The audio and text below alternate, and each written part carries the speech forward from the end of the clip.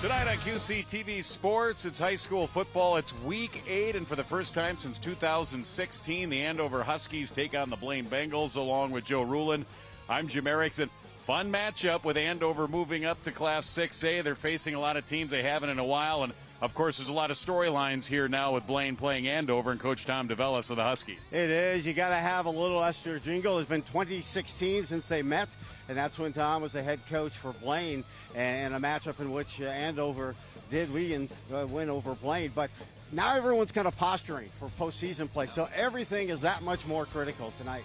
No doubt, both teams trying to, I would say, get tuned up for the postseason. How do you think both teams are playing right now? I know a disappointing loss for Andover last week against Osseo. Yeah, I think both teams would kind of like to hit their stride, be a little more confident with each sides of the ball, and then get out of this game as well, not only with a win, but the least amount of injuries as they could. It's a nice fall night, a little misty. It's cool, perfect football weather.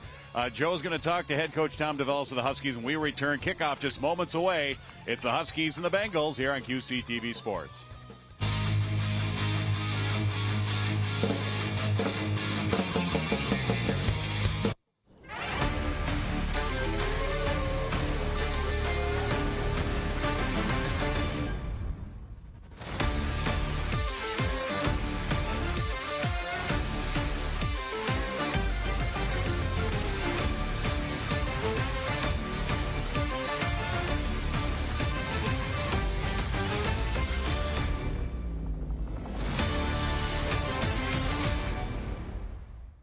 Hey, Joe Rulin with head coach Tom DeVellis of the Andover Huskies. And Tom, tonight you get a chance to take on the team you spent 6 years as a head coach with, and then numerous years as an assistant. How's that feel?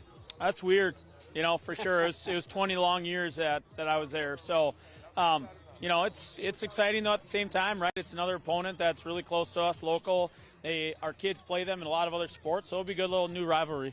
Hey, you also brought the spread to Blaine back in about 2008, I want to say, and now you've had it here. You've probably seen many other types of accliments of that spread, and today it continues to be successful across high school, but more so with your organization. Well, and Mike Law, who's their head coach, calls their offense. I mean, he's really good, very smart. He's done a lot of different things, adds a lot of things to it. They got a great coaching staff over there, so like when you watch it, the wrinkles that they have in are pretty good. So it's kind of been fun watching because there's things we've picked up too, and like, hey, that's a great idea. So what do you need to do to beat Blaine here tonight? We got to be sound defensively, right? Because like I just talked about, they're going to try and find weapons. So we got to make sure our defense is taking care of our gaps, responsibilities, all that stuff. And offensively, we gotta put the ball in the end zone. We did really good last game in the first half. We started out strong, and we just didn't finish. And so we got a quick turnaround, and we just told our players, like, with the quick turnaround, you got to have a quick memory. Let it go, flush it. This is a new opponent, new opportunity, and so go out and enjoy it. It's last game of the season already. So as a senior, like this is your final regular season game. Go out and have fun. Head coach Tom DeVellis of the Andover Huskies. Good luck tonight. Good luck the rest of the season. Thanks. Appreciate it. Back in just a minute with high school football coming your way on QCTV. If you love QCTV's programming and connecting with our communities, consider sponsoring one of our award-winning programs. Sponsorships are available for numerous programs, and perks are designed to showcase the sponsoring businesses across all of our platforms. Contact us today to find out how your business can support QCTV. Reach out to contactus@qctv.org for more details.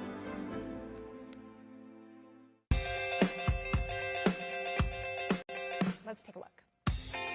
Hello and welcome back to QCTV's Community Calendar. Let's take a look at some of the events that are coming up in the area. If you are looking to get your steps in place, along the way,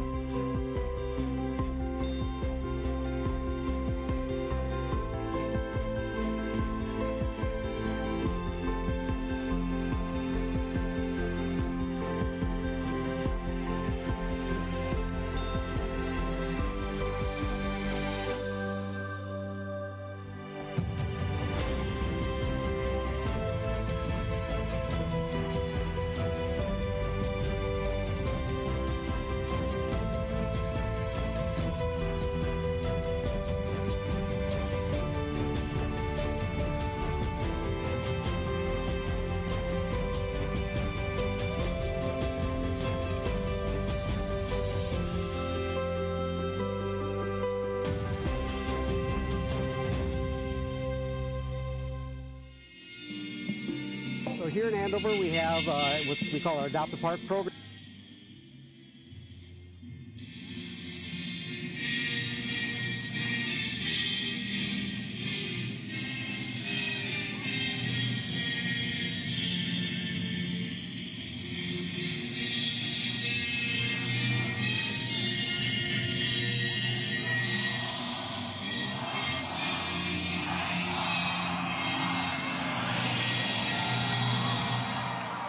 Anthem in the books here tonight. Week 8 of the high school football season. Playoffs begin next week. The Andover Huskies 5-2, 3-2 in the Metro North District. The Blaine Bengals 4-3, 2-3 in the district. Huskies coached by Tom DeVellis. We've mentioned this already. His 6th year here with Andover.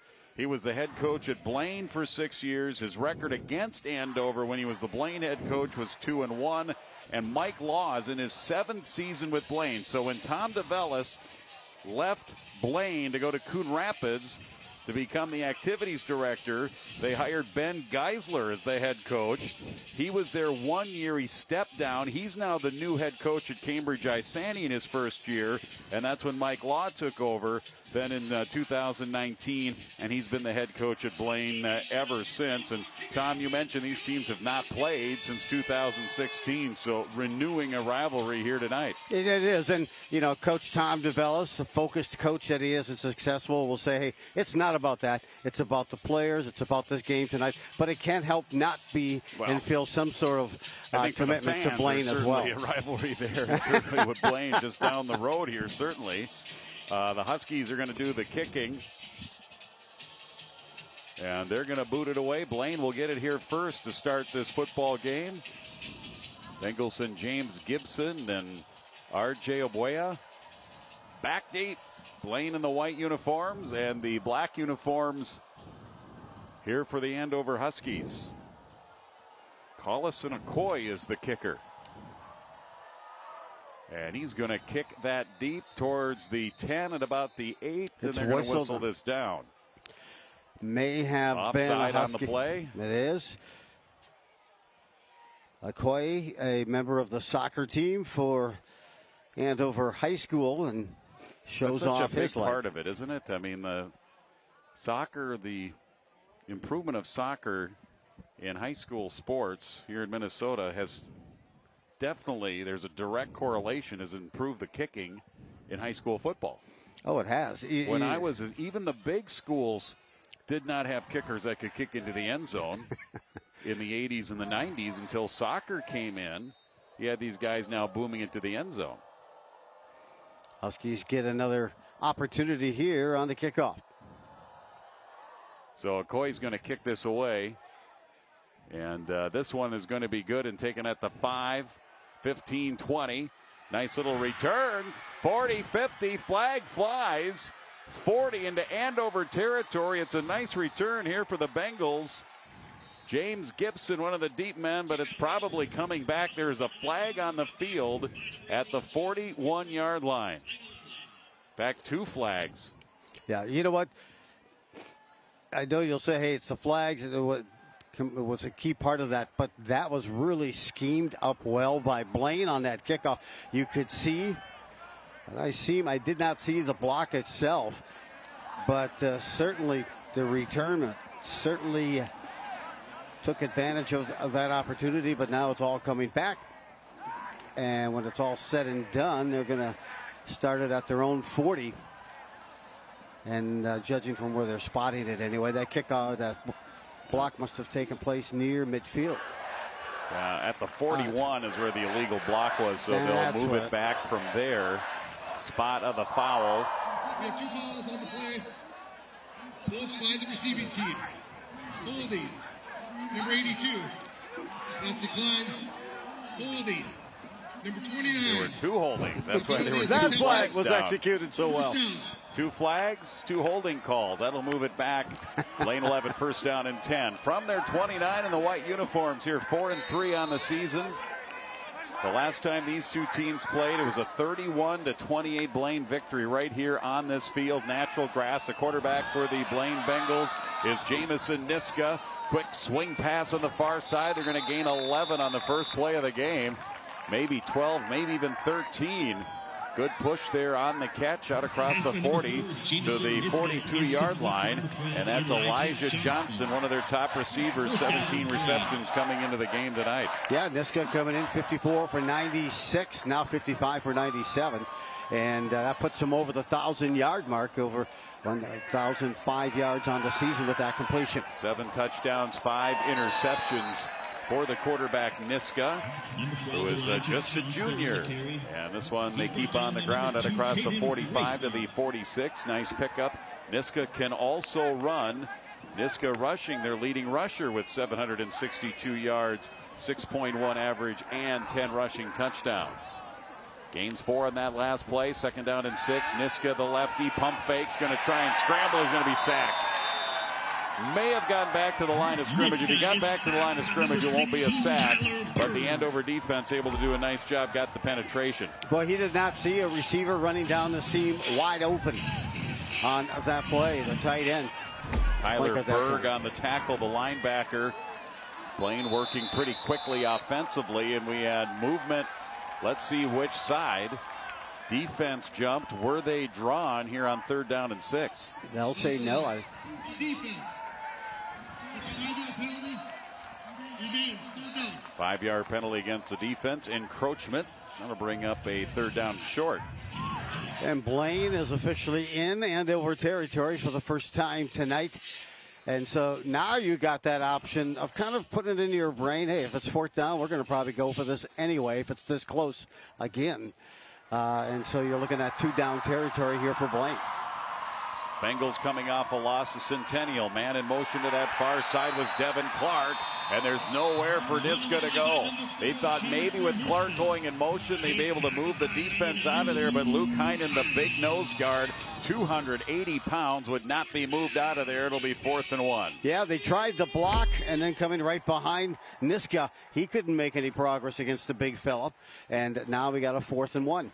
4th and 1. Niska out of that pistol. Again, the lone running back, Devin Clark, has a touchdown rushing here this season. With 3 wide receivers, man in the slot, wing left side here for the Bengals on 4th down and 1. Clark swings out. It's going to be Niska, and he's going to get enough for the 1st down. He was hit pretty hard at the 47 and pushed back quickly, but enough forward progress there for the Blaine quarterback to get that 1st down. Looked like Samuka Kane, number 35, is the one on the tackle. On defense, 1st down and 10. Huskies in that 3-4 defense. And Blaine going almost with a hurry-up offense, and here is the running back, Devin Clark. He's to the 40 and a gain of 7. Yeah, they hit the A-gap that time on that handoff, and a quick hitter that time by Clark. Clark came in with averaging 7.5 yards a carry. Niska last week, 9 for 13, 204 yards, a touchdown, 2 interceptions in that loss against their rival, the Centennial Cougars. All time to throw now this time for Niska. Can't find anybody, scramble, and he's going to throw it out of bounds. Good job there. Didn't want to force anything downfield. On 2nd down and short, that'll bring up now a 3rd down and 3.5 to 4 yards to go for the Blaine offense on their opening possession of the game. Yeah, I was waiting to see when they're going to go back to that play in which the flankers was open on the seam on that 2nd play of the game. He was sacked and couldn't get rid of it in time. 3rd and short now for Blaine. Bengals averaging 26.7 points per game. They go with the option. It's Niska, the keeper. Takes it himself to about the Andover 35 and a gain of 5 and a 1st down for Blaine. He is such a strong runner. Low gravity and, boy, just tough to bring down. Almost that bowling ball-like approach to running. Who also, as you said, Jim, can throw the ball with 7 touchdowns this season and 10 on the ground. Bengals open the season with a win over Lakeville North. Their other wins, Anoka, Coon Rapids, and Osseo. 1st down and 10 from the 35. Swing pass here on the near side. It's caught. Elijah Johnston breaks a tackle down the sideline, changes directions, puts on the brakes, and then continues down to about the 15-yard line. Gain of 20 on that little pass, catch, and run there by number 12, Elijah Johnston. They have an explosive yak that time. Yards after catch, 259 yards. You mentioned 17 receptions. So once he gets his hands on the ball, he can be very explosive, as you had just seen. And that missed tackle as well by Andover was by Tyler Berg. Safety Gus Holt made the tackle to the 15, near hash mark here for Niska. Fake toss, runs it right up the gut down to the 10. Gain of close to 5 as the Bengals showing some diversity on offense. Outside, inside, outside. That time they go inside with the quarterback running, as you say, Joe, right up the A gap. Hits that up, and you're watching him right back to the huddle. Or right back to the line, rather, is Blaine. Second down 5 from the 10. Niska, Clark picks a hole. He's down close to another first down.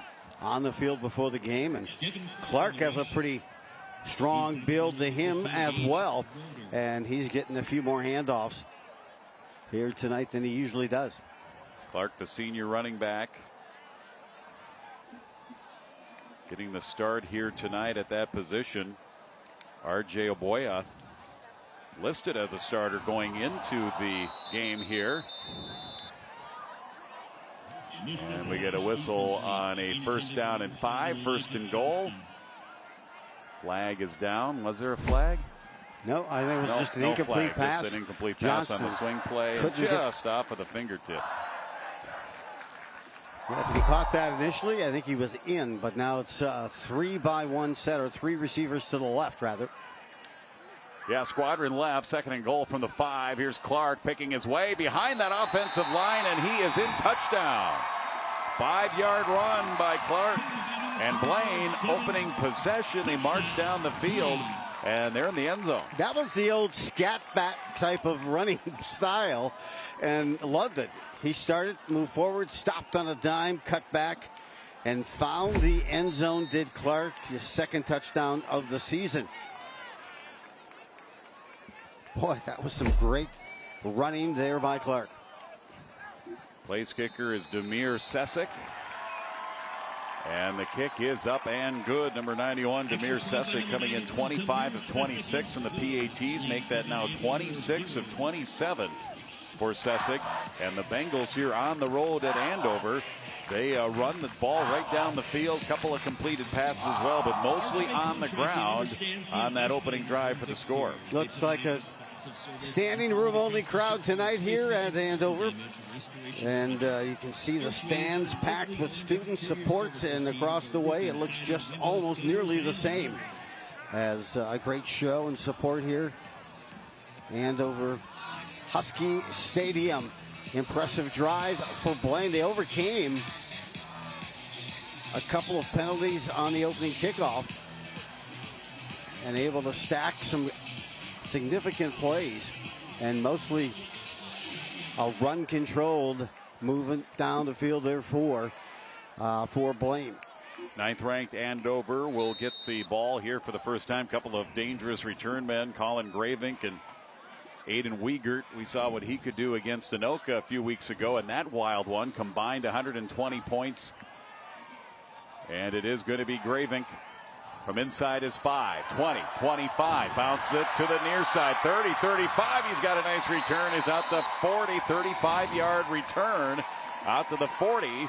So the Huskies here on their home field, they find themselves down by 7, but nothing can get you going better than a nice kickoff on the ensuing kickoff after you give up a touchdown. Well, if you had it on replay, but Gravink on that play did not want to step on the goal line. He was trying to battle that and stepped right in front of it because they would have blown the whistle down. You saw just how explosive he can be, and that's a great momentum shift kind of gear for the Huskies to begin with. Joseph Mapson, the quarterback, he's going to keep it on the first play here for the Huskies, picking his way.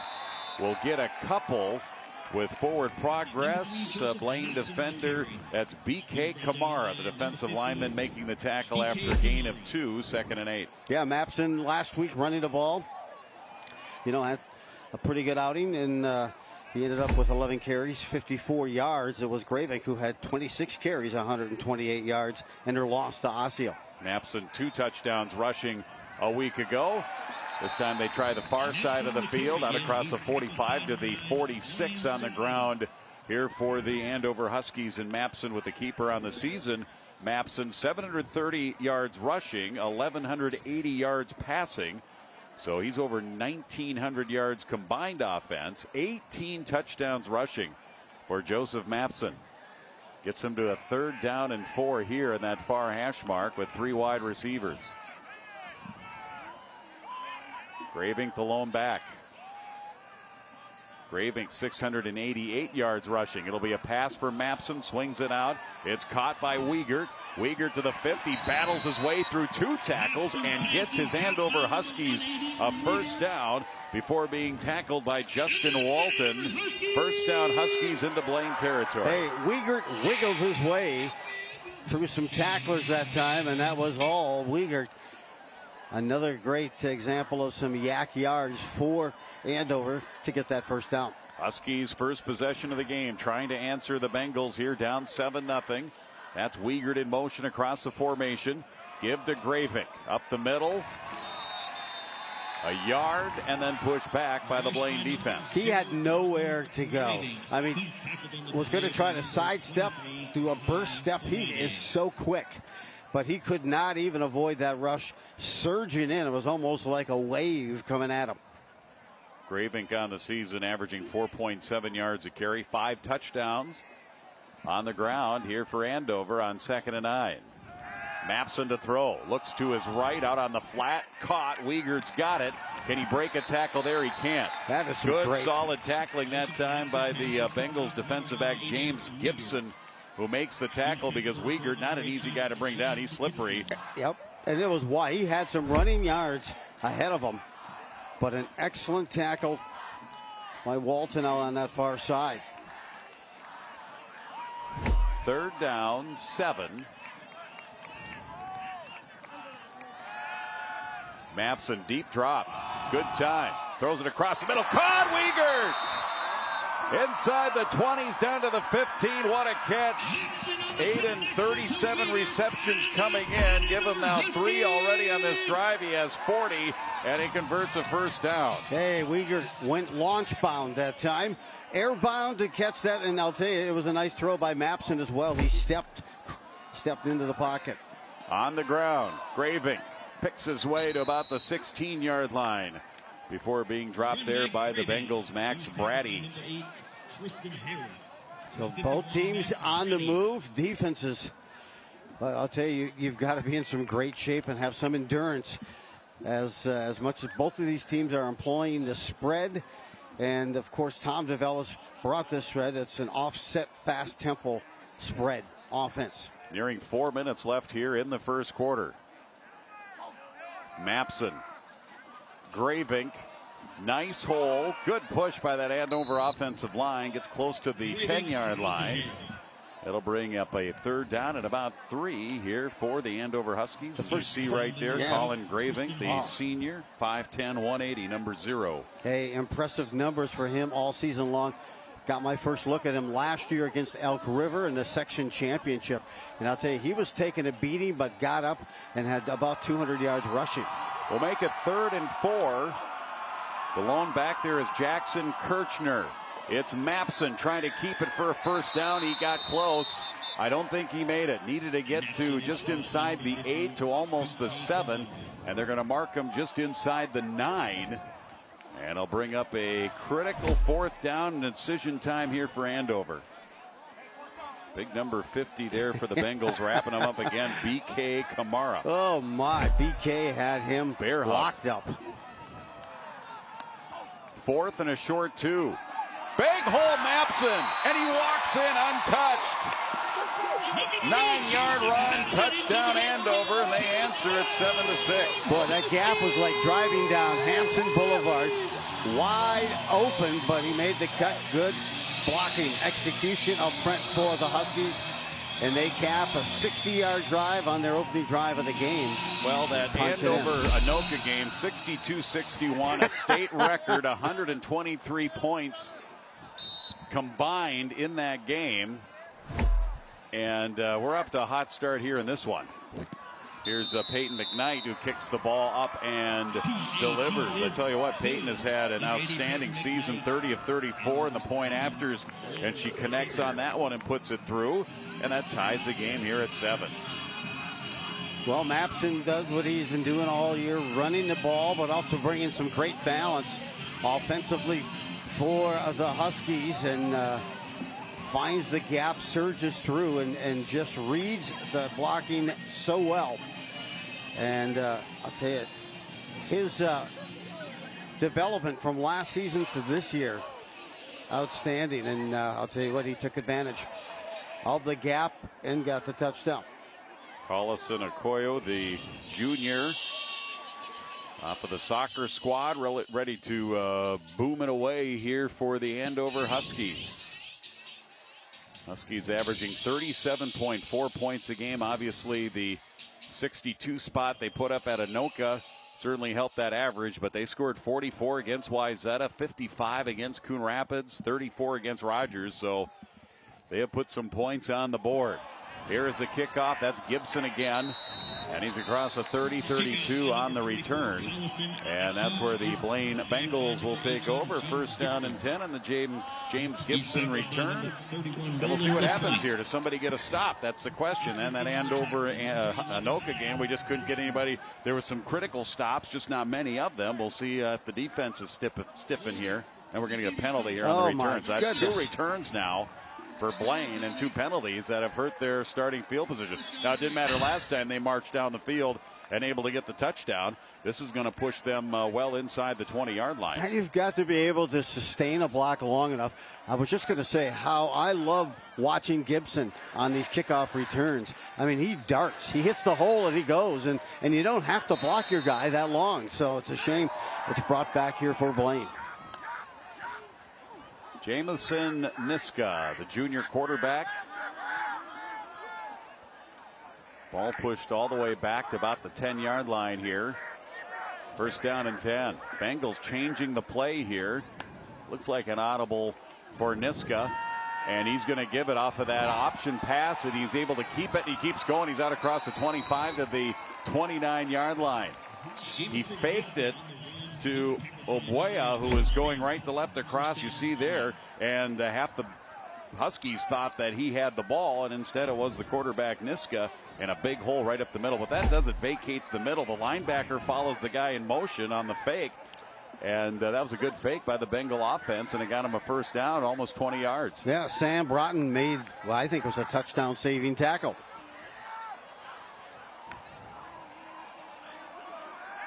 Niska. Swing pass, little screen out on the left side on the flat, and that's going to pick up nice yardage. Out to the 40-yard line. That'll be a first down, 10-yard pickup. Mansell that time with the reception. I like that play call, as he's got 5 receptions now, 6 on the season, and 1 touchdown. Oh, it's coming back. Another flag. Good grief. I have legal man downfield. Mm-hmm. Hey, that's a. One of the linemen got a little too far down there on that little swing. A bit overzealous down the field, and that's an element of that screen that you got to master and know where you are in the field. And I'll tell you, it's a bit frustrating, especially on that first down. And that is the 5th penalty already here for Blaine. That is a 5-yard penalty, and so instead of the first down, that moves them back to the 25, 1st and 15. Here for the Bengals, Niska. Quarterback draw, 25, makes one man miss. Look at the shifty running by Niska, still going, and he's going to get that yardage back and another first down. He'll pick up 20. What a run by the Bengal quarterback. He is finally brought down by Andover defensive back Aiden Garcia, but not before a 20-yard gain. That is incredible and running. No flags. Yes. And look at this missed tackle. Again, he keeps his feet moving, squares up, breaks this tackle, continues to chuck it along, move those feet, and it took. Niska, keeper. Maybe back to the line of scrimmage, maybe a half a yard there. You got to think he's tired. And he holds on and takes it down the line there. Oh, my goodness, what an individual effort. Second down and 9, we'll call it here. Wednesday night, MEA weekend, high school football. Section 6A playoffs won't start until a week from Friday. Top 32 teams, of course. Or is it 64? What is it? 64, 32. Then we get down to 16. Yes. Then it's 8. And, of course, Andover will be playing in that big school tournament for the first time ever in football, at least since they've gone to that bracketed tournament, not section tournament type playoff like it was last time they were in the largest class, where they went from 5A and then added 6A. 3rd and 4. Niska, the pass, far side, caught, first down to the 40-yard line. Niska puts that one right on the money, and that's going to be a first down. The Bengals, Carson Bross, 7th reception of the season, gets the reception and the first down there. Yeah, he's averaging 32 yards a catch, 197 yards thus far, puts him over 200 for the year, and 2 touchdowns. So he makes it worth your while when you throw the ball his way. From the 40, Obuaya in motion. This time he gets it on the reverse across the formation inside the 35 to the 32. Nice play there, long developing, but they had the blocking that they needed. And Fields made the tackle on the defensive play, but not before a nice 8-yard pickup there for the Bengals. And that's going to be the final play of quarter number 1. So the first quarter in the books, both teams with a score, but the Bengals are moving the ball again. We played 1 quarter, all tied at 7 here on QCTV.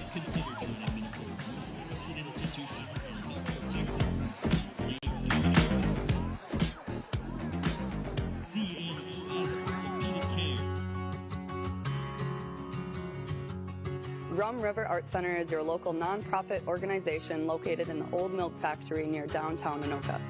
Our nearly 6,000 square feet of windy and whimsical studio spaces are filled with inspiration. At Rum River Art Center, we embrace individuals of all artistic abilities and focus on the healing aspect of the process over your final product. We pride ourselves in offering classes with a huge variety of mediums at an affordable price. From one-time ceramic wheel throwing classes to multi-week painting courses, from creating at the Art Center to finding us at your local library, we believe art is the catalyst for connecting human beings to each other and themselves. Come visit us or check out our website, rumriverart.com, for more info on classes, galleries, special events, and how you can support the arts in your community.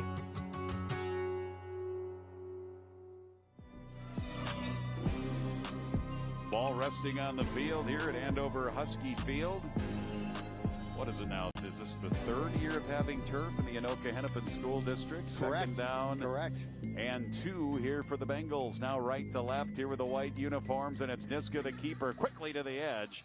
Looks like he's going to get a first down. Tackled Sam Broughton with a violent tackle down onto the turf, but it will be enough for another first down here for the Blaine Bengals as they move the sticks.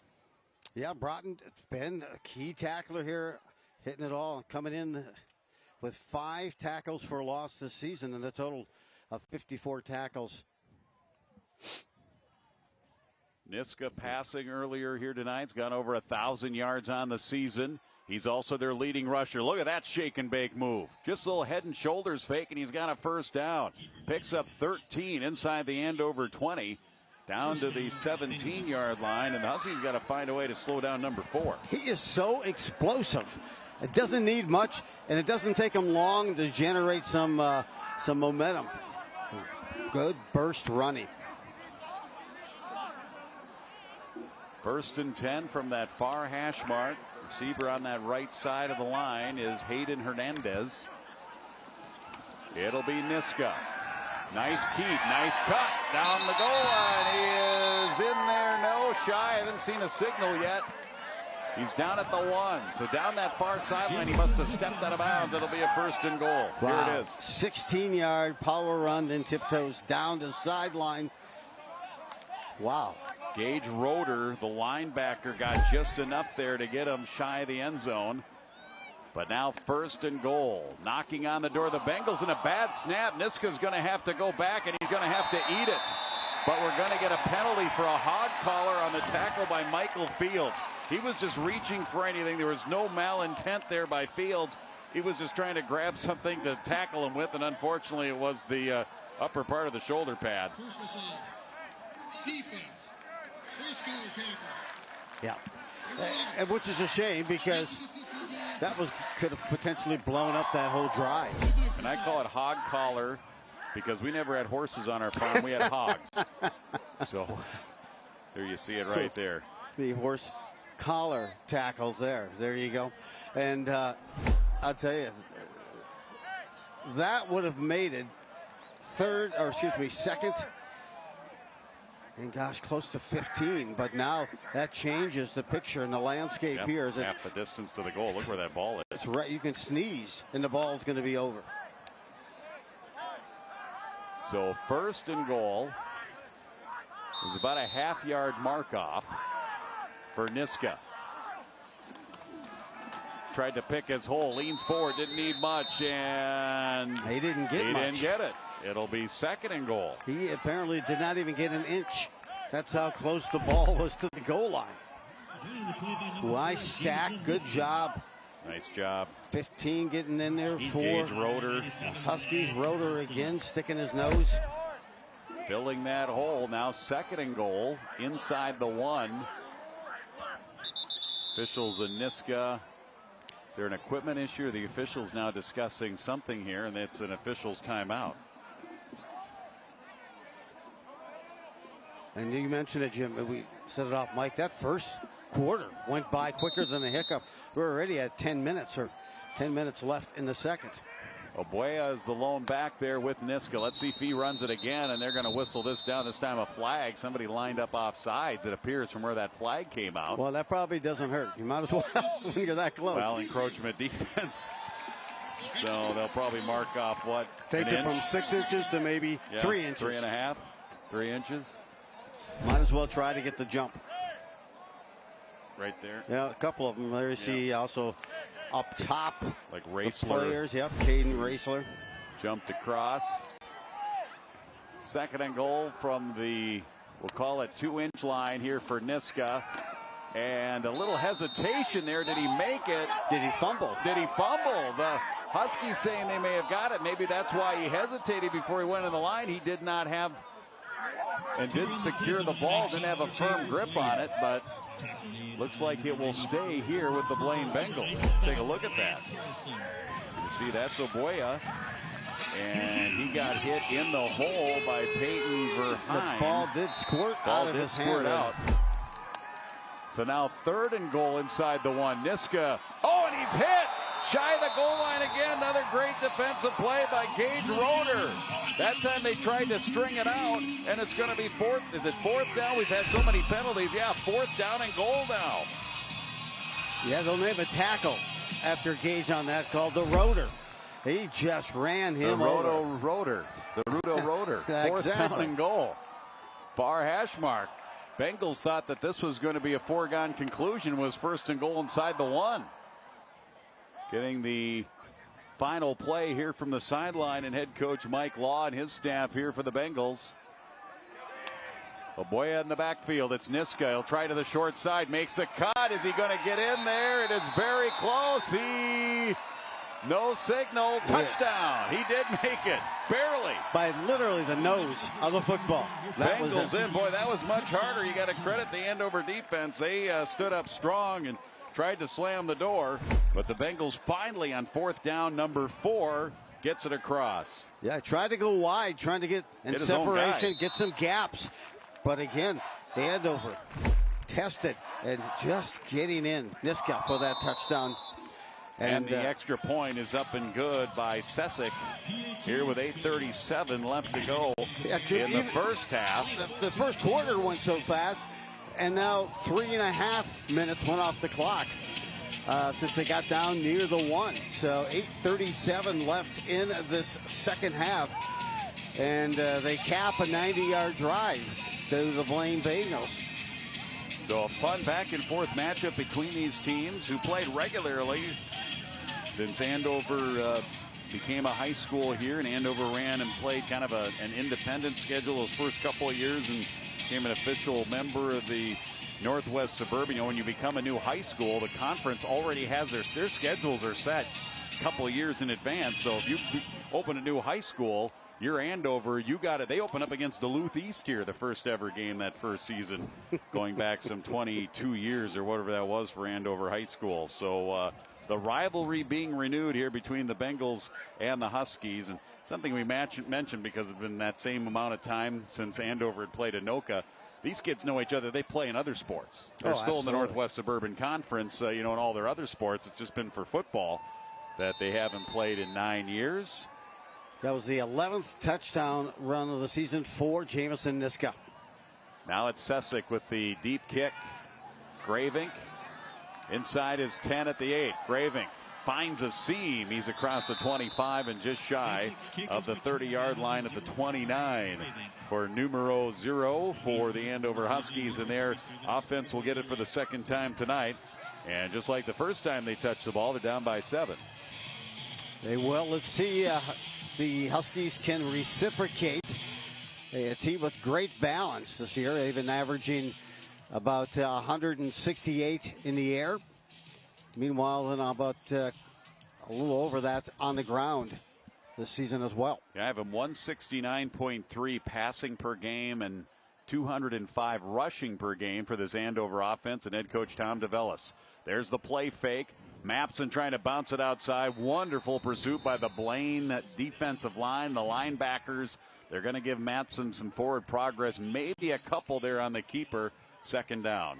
Yeah, teams have really focused purely on trying to shut down Mapson, who's had a lot of success in those first 5 games, certainly including with Anoka's game when that win. But Rogers did a good job of queuing on him and shutting him down on the run, as did Osseo, for the most part, for Osseo. Second and 8. Gravink is the lone back. It'll be Mapson back to pass. He's going to scramble. This was a scramble after the pocket broke down. And he scrambles his way out to the 38-yard line, brings up 3rd and short. Yeah, that loss last week for Andover tough as they lose it 23-21.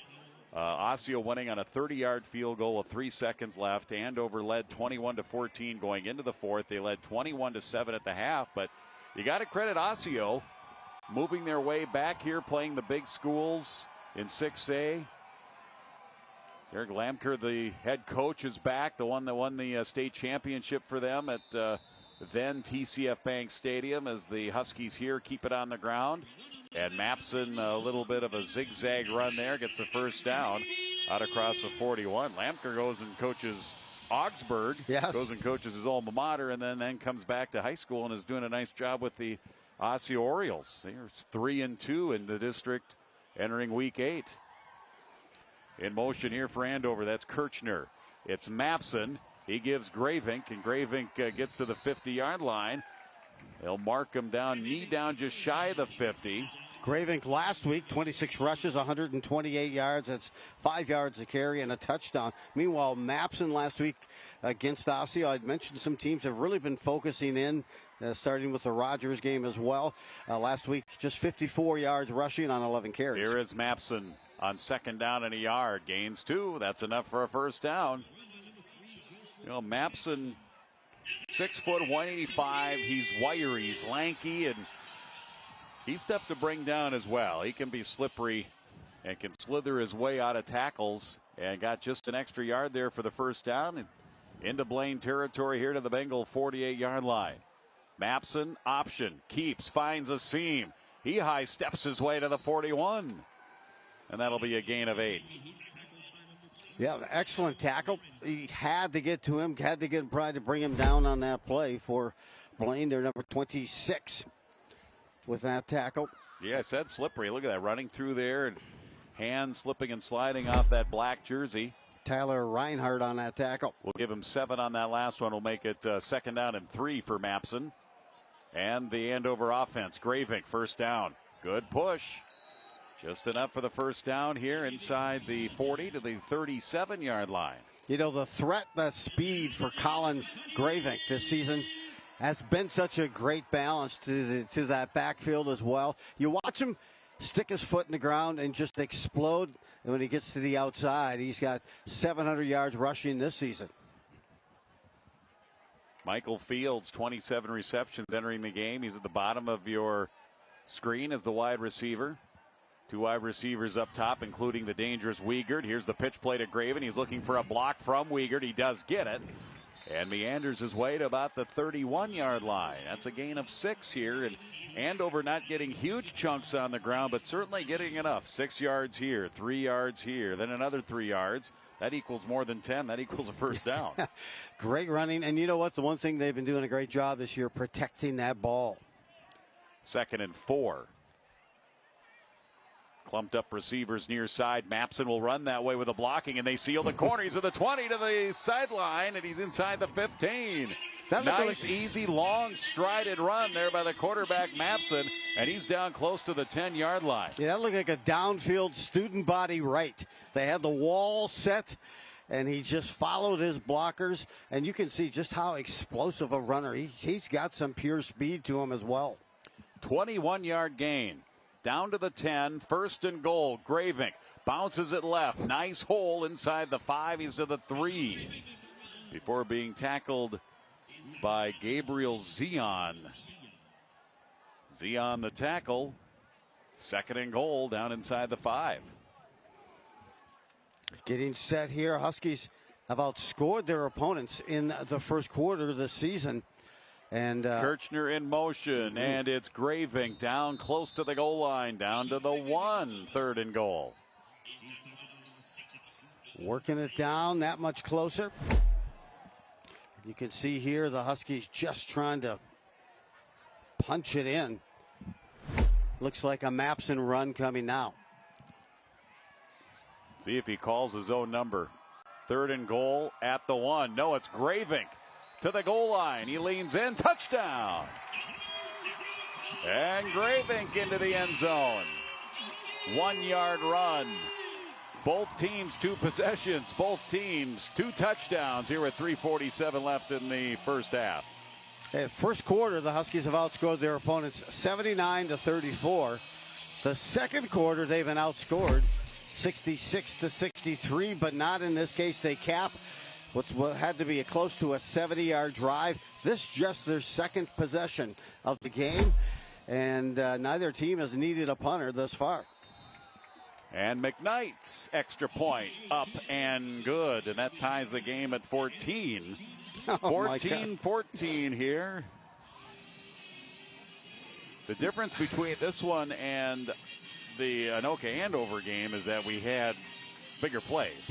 Yeah. So the clock didn't get run down as much. It didn't chop off the clock quite as much as we are here. I mean, already here, each team has only had 2 possessions. We have 3:47 left in the game. There were bigger plays in that game at Anoka, where it didn't take as much time to put as many points on the board. Here it's just, neither defense has been able to stop the other offense on their first 2 possessions for each club. Right, and, they had those explosive plays, and that did it as well. And speaking of that Andover-Anoka game, we talked to Tom DeVellis before the game.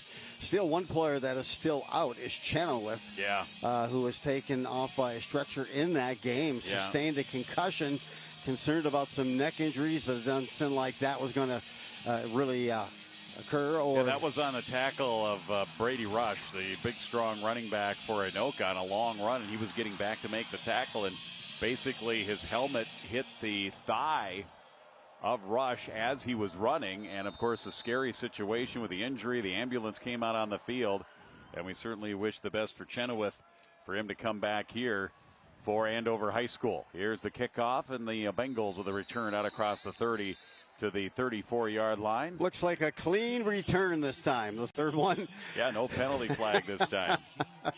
And Gibson on the return again. There you see him.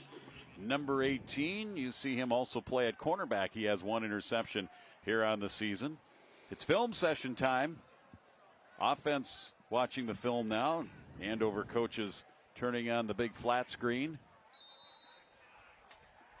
33-yard line is where Blaine will start their third drive of the game. First down and 10. Niska, play action, and throws that one into the ground. Intended for Johnston. Incomplete. One of the few times we've seen the clock stop here. 3:38 left, 2nd down and 10. It had to stop. It was tired. It had to take a break, the clock itself. But let's see how they counter here with the 2nd down already at the huddle, or at the line. 3 wide receivers, bottom of your screen here. Lone running back again is R.J. Oboya. 590 yards rushing here this season for the Bengals, but it's a pass for Niska.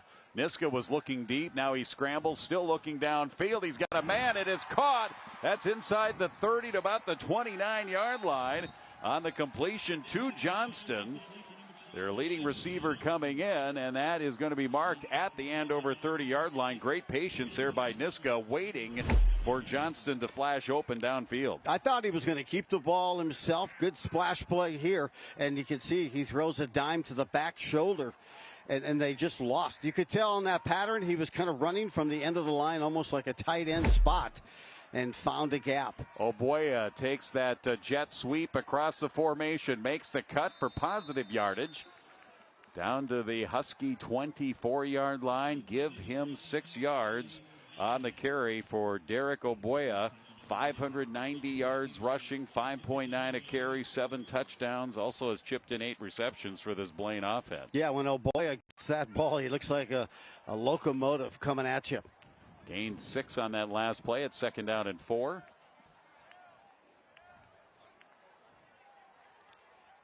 Huskies playing with one safety back deep. Niska with the lead blocker to the 20. 1st down and more. And he's going to score. Touchdown. 24-yard run by the quarterback, Niska. And he's into the end zone.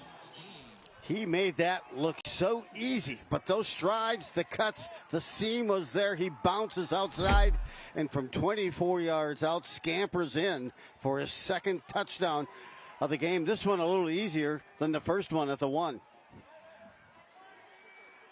Just a minute and 22 seconds after the Gravink touchdown run for Andover. Niska runs it in from 24 yards.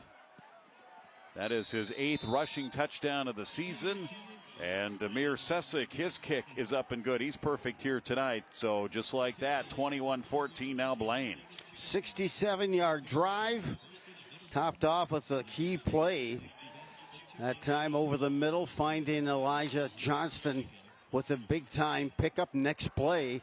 Well, they do the end round, but then following that up with a nice 24-yard run by Niska. Niska keeps this pace up. He may break 1,000 yards by the end of the night. Yeah, he came in rushing at 762. He would need 238 yards, but you never know. 24 already on that carry. And obviously they're going to feature him in the running game as Sesic is going to kick this back to Wiegert and Gravink. Very nice night for football. Kickoff temperature was right around 50 degrees. 52 right now. Had a little bit of drizzle, overcast skies, a little bit of a cool fall breeze. Getting a look here, seeing if they can keep it away. Well, they've been kicking it away from Wiegert. It's been Gravink. And it's going to be in his direction again. He's going to let it bounce, and it will just barely make it into the end zone. So he took a calculated risk there. It'll be at the 20-yard line. Wiegert had a kickoff return in that Andover game. 95. Went the distance on it. Wow. I want to say on that play they did do either a reverse or a fake reverse with Gravink and Wiegert, if my memory serves me correctly, and it always doesn't. But it'll be 1st down and 10 here at the 20-yard line. We mentioned Blaine went down the field in about 1:22, so plenty of time here for the Andover Huskies. They have all 3 of their timeouts. They will get the ball to start the second half, so a chance here kind of for a 2-for-1. If they can march down the field here. Mapson stumbles his way. He was trying to scramble, and somebody got a piece of him, and he's going to go down in the backfield. That's going to be a loss of a yard. Clock keeps moving here. Huskies back to the line. Have not really thrown the ball a whole lot here in the first half. Mapson, he'll throw here. Near side, out, Fields makes the catch. And he has a 1st down, 35-yard line. Gain of 16. That'll stop the clock. 1:52 left. Fields comes in, 27, now his 28th reception. and had 335 yards prior to that catch. He had 6 receptions last week in the loss to Osseo. 1st and 10, fake to Graving. Mapson running it, and he's going nowhere. He'll be finished up there by the Bengals' Brian Sawada. On the first down carry, it'll be 2nd down. No gain. He Sawada'd him down on that tackle, and nowhere to go. Maybe a half a yard. Yeah, it looks like they did mark him positive half yard there. 2nd down and a long 9 coming up for the Huskies. Clock is running. 1:25 left in the first half.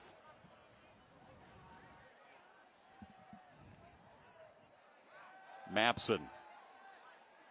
Protection breaking down. Now he's going to tuck it under and run. And he sprints out of bounds at the 40-yard line. Gains 4. In fact, they'll get him across the 40 to the 41.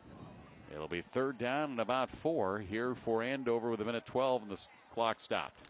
Yeah, longest completion for the Huskies, about a 30-yard strike to Wiegert in that first quarter. Otherwise, it's been pretty quiet. Just a couple more receptions for about 10 to 15 yards. 3rd and 4. 2 receivers left, 2 right for Mapson, who throws it here to the right to Fields on the flat, right at midfield at the 50. That'll be a 1st down. Gain of 9. It looks like step out of bounds to stop the clock, but they're going to have a discussion. Penalty flag down. It's coming back. Right at the 35. Yeah.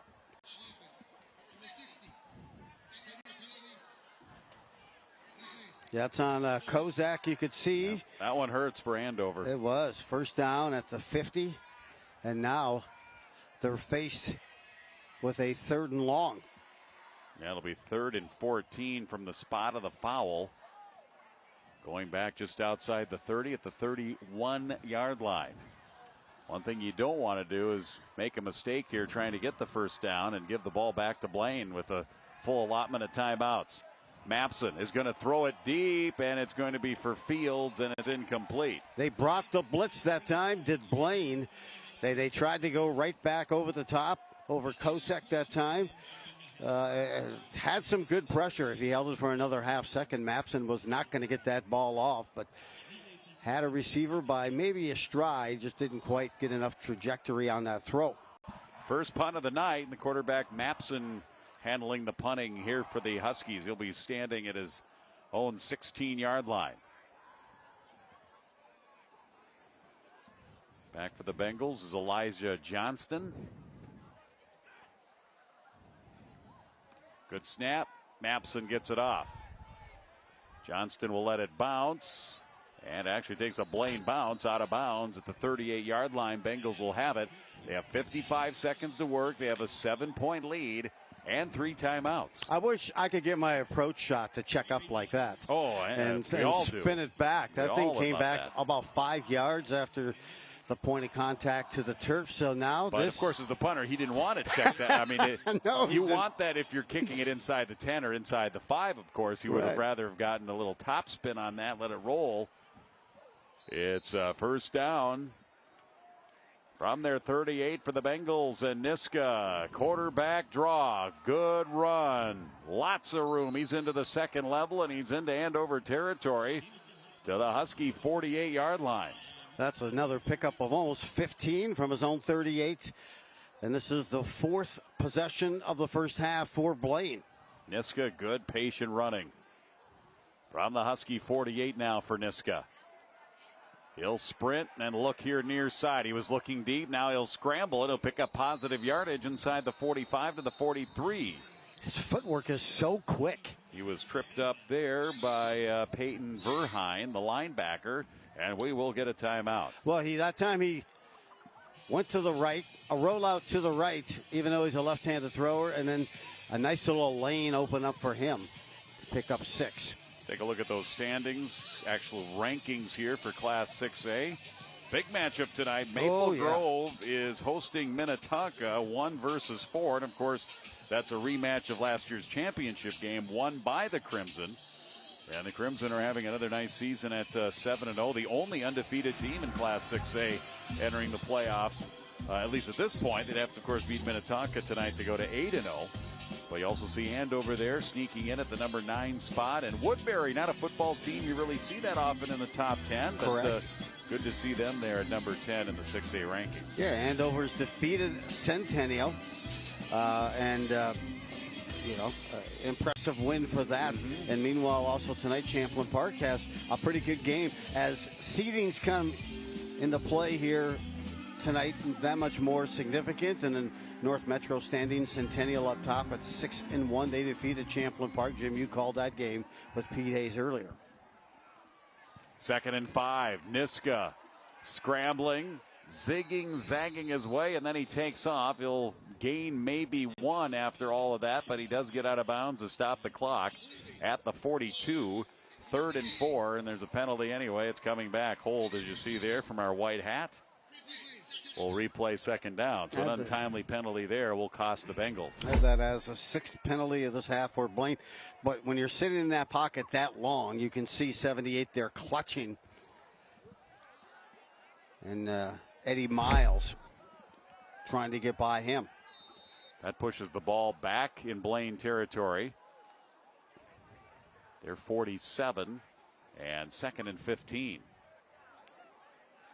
First chance I've had a chance to see Jamison Niska, and he's been impressive here in the first half. He wants to throw here. He's going to go deep down the middle, down the seam, and it's going to be tapped away at the last moment. Wonderful defensive play by Caden Raisler. Got a hand on it, and the intended receiver did have a step or two. The ball may have been underthrown just enough, and that allowed Raisler to get a hand on it and to stop Elijah Johnston, who was trying to split the D. Yeah, that was a beautiful throw. It was just a hair underthrown, but a great play by Raisler to come back and get a hand on it. 3rd and 15, 13 seconds left, maybe 1. If they hurry, they could get 2 plays here with 13 seconds. They do have timeouts to use here with Niska. He'll throw. Nope, it's a draw again. He'll just run it. 45 to the 40. Running away from guys. He's still going. He's inside the 35 to the 32 and was tackled by Aiden Garcia. And they still have time on the clock. Timeout with 5 seconds left. It'll stop also with the movement of the chains, and it'll give them time to call a timeout with any more time running off the clock with 5 ticks left to go in the half. He makes it look so smooth, does Niska. You mentioned almost 770 yards coming in to this game. He's a glider. He glides when he runs. You're right. And it looks effortless, right? Just sides. He's looking. He's scanning. And then he can throw an excellent ball, too. He can spin it. On the season, he came in with some impressive numbers of, he's over 1,000 yards throwing the ball and 7 TDs, just 5 interceptions. So Huskies looking for an answer, as this is the 4th drive of the game, 4th possession, and Blaine has scored on the 3 previous. Bengals 1 timeout remaining now. With 5 seconds, they are going to line up for a field goal. This is going to be a 50-yard attempt for Sessick. Sessick 2 for 2 on the season. I don't know the lengths of his field goals, but he is 2 for 2. And this is going to be a bomb. Not much wind right now. They'll put it down at the 40 in a 50-yard attempt. The snap, the hold, the kick. He drives it towards the goal post, but it's wide left. So he pulled it just a bit to the wide left side of that goal post, and that'll be the final play of this first half. Unfortunately, Andover lost on a field goal in the final seconds in last week's game against Osseo, but this time here they dodge a bullet and no last-second field goal to give Blaine a 24-14 lead going to halftime, Joe. So exciting first half of football. Huskies find themselves down by a touchdown, but they do get the ball to start the second half when we come back. They will. And beautiful night of Friday Night Lights here at Andover. Can't wait to see the second half. Bengals 21 and the Huskies of Andover 14. Blaine and Andover renewing their rivalry here tonight in Week 8 of the high school football season on QCTV.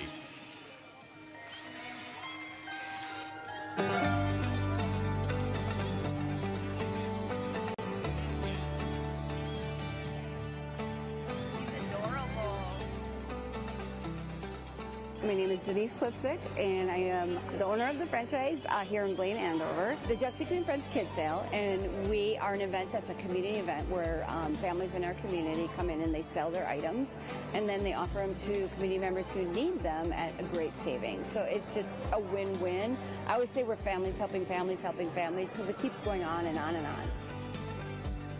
We have been in Blaine, Andover since 2009. I have not always been the owner, but it started out with two friends, and that's what we are, just between friends, and we just keep growing families and families and families. So I became an owner with Just Between Friends just because I really did like what we do here. I am a special needs mom, and I really needed to find a way not only to help my kids and my growing family, but I wanted to help families like mine. New families, just starting out. We got a lot of baby bumps here today. And also just kids who are older, and they just need to stretch their budget just a little bit further. So I just love what I do. Clothes are expensive, kids are expensive, and if we can save some parents some money that maybe they can do something fun, or maybe just say yes to something extra, it's always nice. So they can go to BlaineJBFSale.com, and on there are tickets for the events. The event is free to come and shop, but we just ask that you get tickets online. It helps us as staff, it helps us to know who's coming and when. I say a lot of the stuff will go back to other families too, so when the sale is over, our families can come pick up, or they can choose to donate it. And we have a lot of different charities that we try to work with in our area, so it's nice. So even though you might see a Just Between Friends, you could go to Texas and have a Just Between Friends. The idea is the same, we're families helping families, but we're a family also within our community.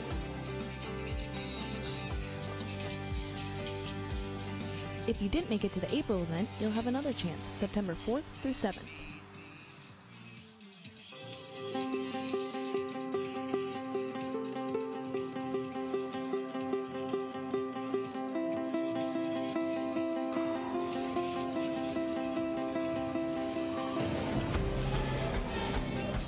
I definitely think the team becomes more serious, in scrimmages other than tryouts, and when it was open gyms, it's kind of you kind of transition into the tryouts and then scrimmages to get more serious and think about the season and just about who you're playing with and make connections on the court.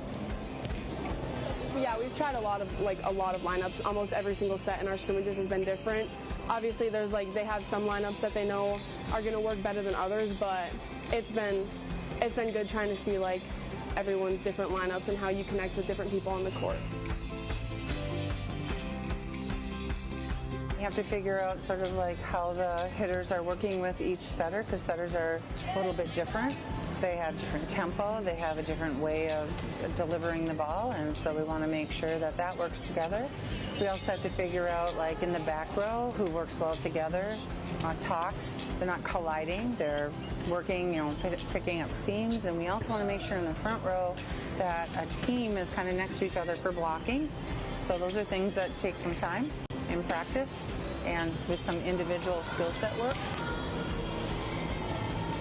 Team bonding, outside of practice too, definitely you have to figure out who you are outside of volleyball and kind of connect with the other players as much as you can on the court and off.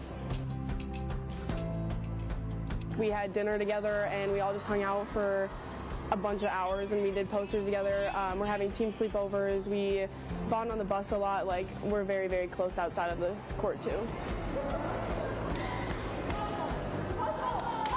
Go out to eat before things, and before scrimmages and games we ask who wants Starbucks. We sometimes do Starbucks runs, and I definitely think that helps us come closer as friends, even as teammates too. Usually I get fast food. Usually it's Jimmy John's or Chipotle. I always have a bubbler, and then I always have music going, but I'm usually a team braider too, so I guess braiding people's hair. Before games, we always do this one chant in the locker room that kind of hypes us up, so that's always our team before game thing to do.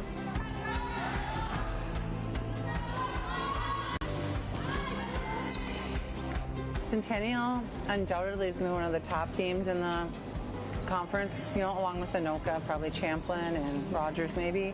It's really hard to know, but I think that the girls are really looking forward to the challenge. And those games are important to us also because they're section rivals too. You know, so all of those games we get to play in conference also are preparing us for sections. I would say Anoka is a big one. One of my really close friends plays on Anoka, and so it's really pretty competitive, and we want our A-Town flag back. I think it'd be fun to play Centennial too. I've had some people that I know on that team, and they're a highly competitive team.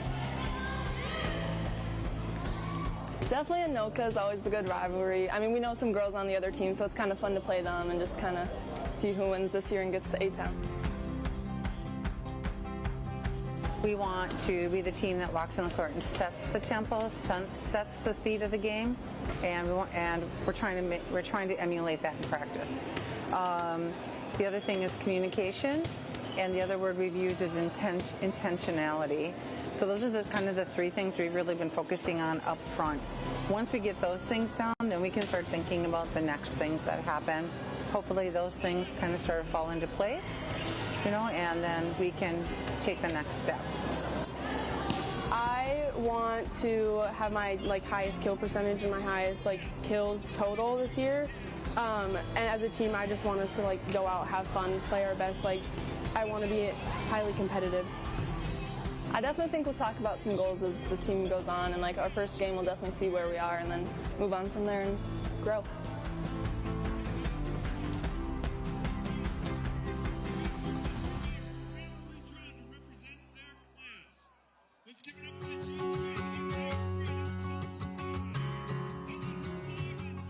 Rum River Art Center is your local nonprofit organization located in the Old Milk Factory near downtown Anoka. Our nearly 6,000 square feet of windy and whimsical studio spaces are filled with inspiration. At Rum River Art Center, we embrace individuals of all artistic abilities and focus on the healing aspect of the process over your final product. We pride ourselves in offering classes with a huge variety of mediums at an affordable price.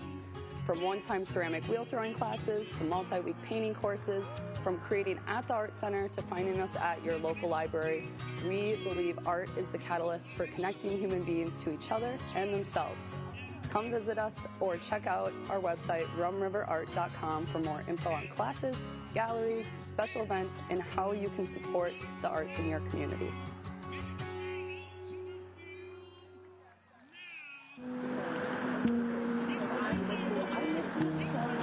Tonight we're here at the Anoka County Sheriff's Office and we're collecting donations, both supplies and cash, to support an organization called Hope for Youth. It's an organization we've partnered with for many years to help bring an end to housing insecurity for youth here in the Metro. Hope for Youth is a nonprofit, and we have been around for only 12, 13 years, but we are here committed to ending youth homelessness. We do that by providing pathways that truly end their experience of being on the streets. This is our 9th year that we are working with the community to raise funds and receive donations. It's a chilly night for us. We do it every November because we want the community to be thinking about what would it be like if I was out in the cold. I would imagine a lot of the folks who are watching QCTV right now are probably doing so on their couch, in their warm living room, or in their stable housing and home. And when we see youth that are struggling, one of the things we see is they don't have a base. And I can't imagine trying to build a life or build a future without having that security of a warm, safe place to live. Kids that don't feel safe, they struggle. And that's why we're here trying to intervene on the front end so that they're not struggling.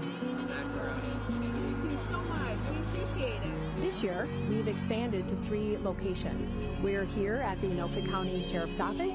We also are taking donations at our Hope for Youth Center right in Anoka, right off of 4th Street. As well as the Blaine Police Department is rallying. They're out in the cold tonight at the Tom Ryan Park.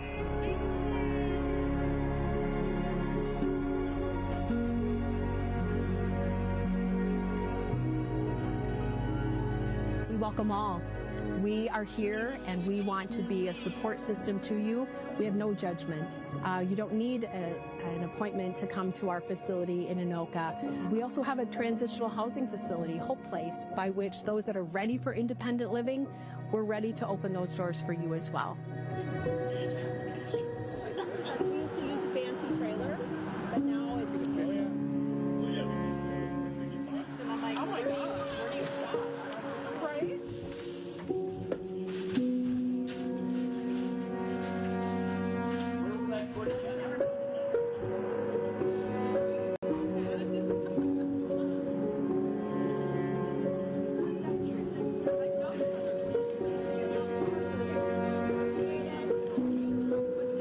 I want to say thank you to the community.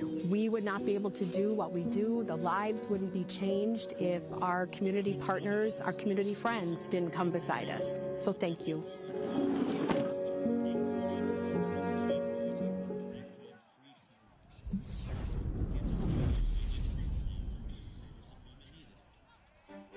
Hi there, I'm Cameron Kaitonen, City of Andover Natural Resources Technician.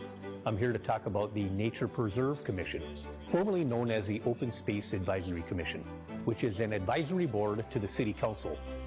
This group is primarily tasked with management and maintenance decisions of the 4 nature preserves in the City of Andover. This group was originally formed in 2006 to help decide what properties to purchase after the approved $2 million bond referendum that same year. After that referendum went through, the group helped to decide on 4 preserves that were purchased. The group is also tasked with looking at potential funding options for potentially buying new land in the city.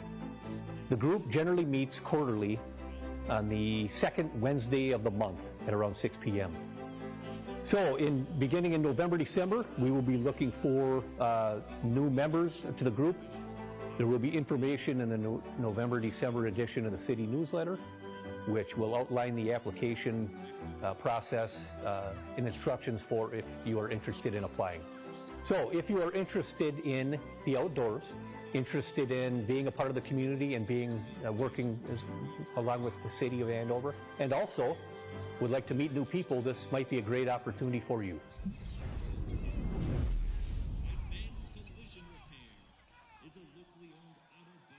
Well, today we're celebrating Round Barn Trading Company. We've been here 10 years, so we're celebrating our 10-year anniversary, and then we're also celebrating the Round Barn's 40th birthday. So they started the store in September of 1985 here.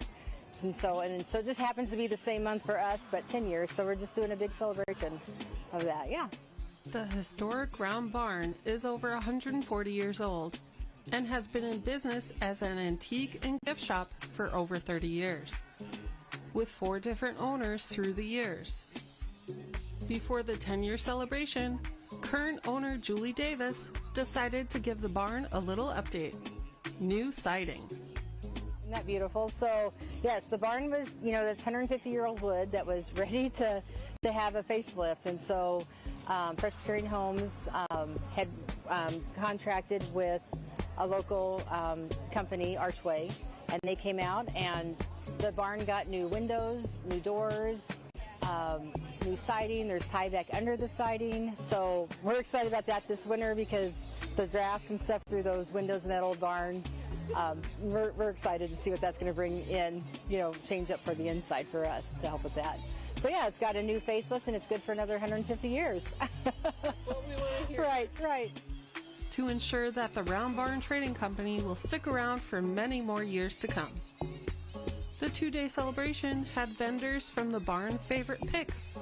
My name is Sarah and I started Sarah Girl Soaps back in 2020. I make fun handcrafted soaps made from olive, coconut, castor, and palm oil. And I've been a vendor at the Round Barn since January this year. I'm here, I have all of my crocheted snugglers. They have unstuffed bodies, so they're easier for little kids to hold and play with, as well as some of my decor items that are in the barn. I am owner of So Cute Embroidery. I've been selling my items in the barn for about 8 years. These are my best selling things that I have with me today, and some new sweatshirts for the local teams. The barn is, if you can't find a gift in the barn for anyone, you're shopping at the wrong place. So great to shop local. They have great events here, great people that work here, and I'm just really glad to be a part of the Round Barn. We hear from a few of the vendors on why it's so important to keep shopping local. I just think that we try really hard to make a living off of our homemade goods, and it's more personal, it's local, and it just means something to us and probably the people that buy and get the gifts.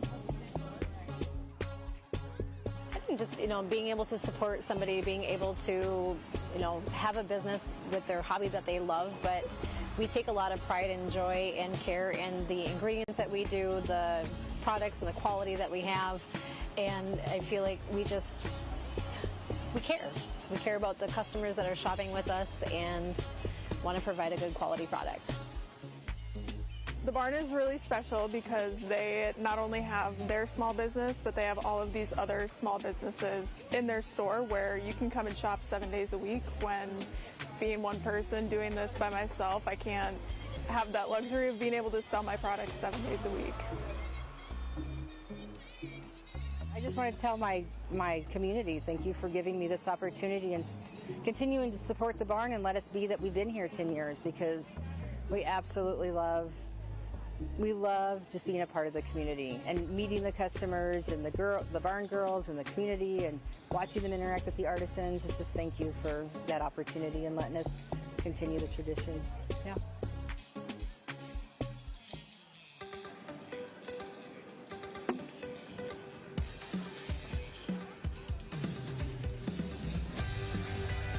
My name's Joe Schalbetter, and I am actually the recently retired from the position CEO of Skates Manufacturing.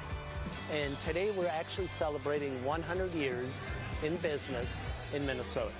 The company was founded in 1924 by my grandfather, Tony Schalbetter, and we moved here to Champlin not quite 2 years ago after being in Golden Valley since the late 1960s.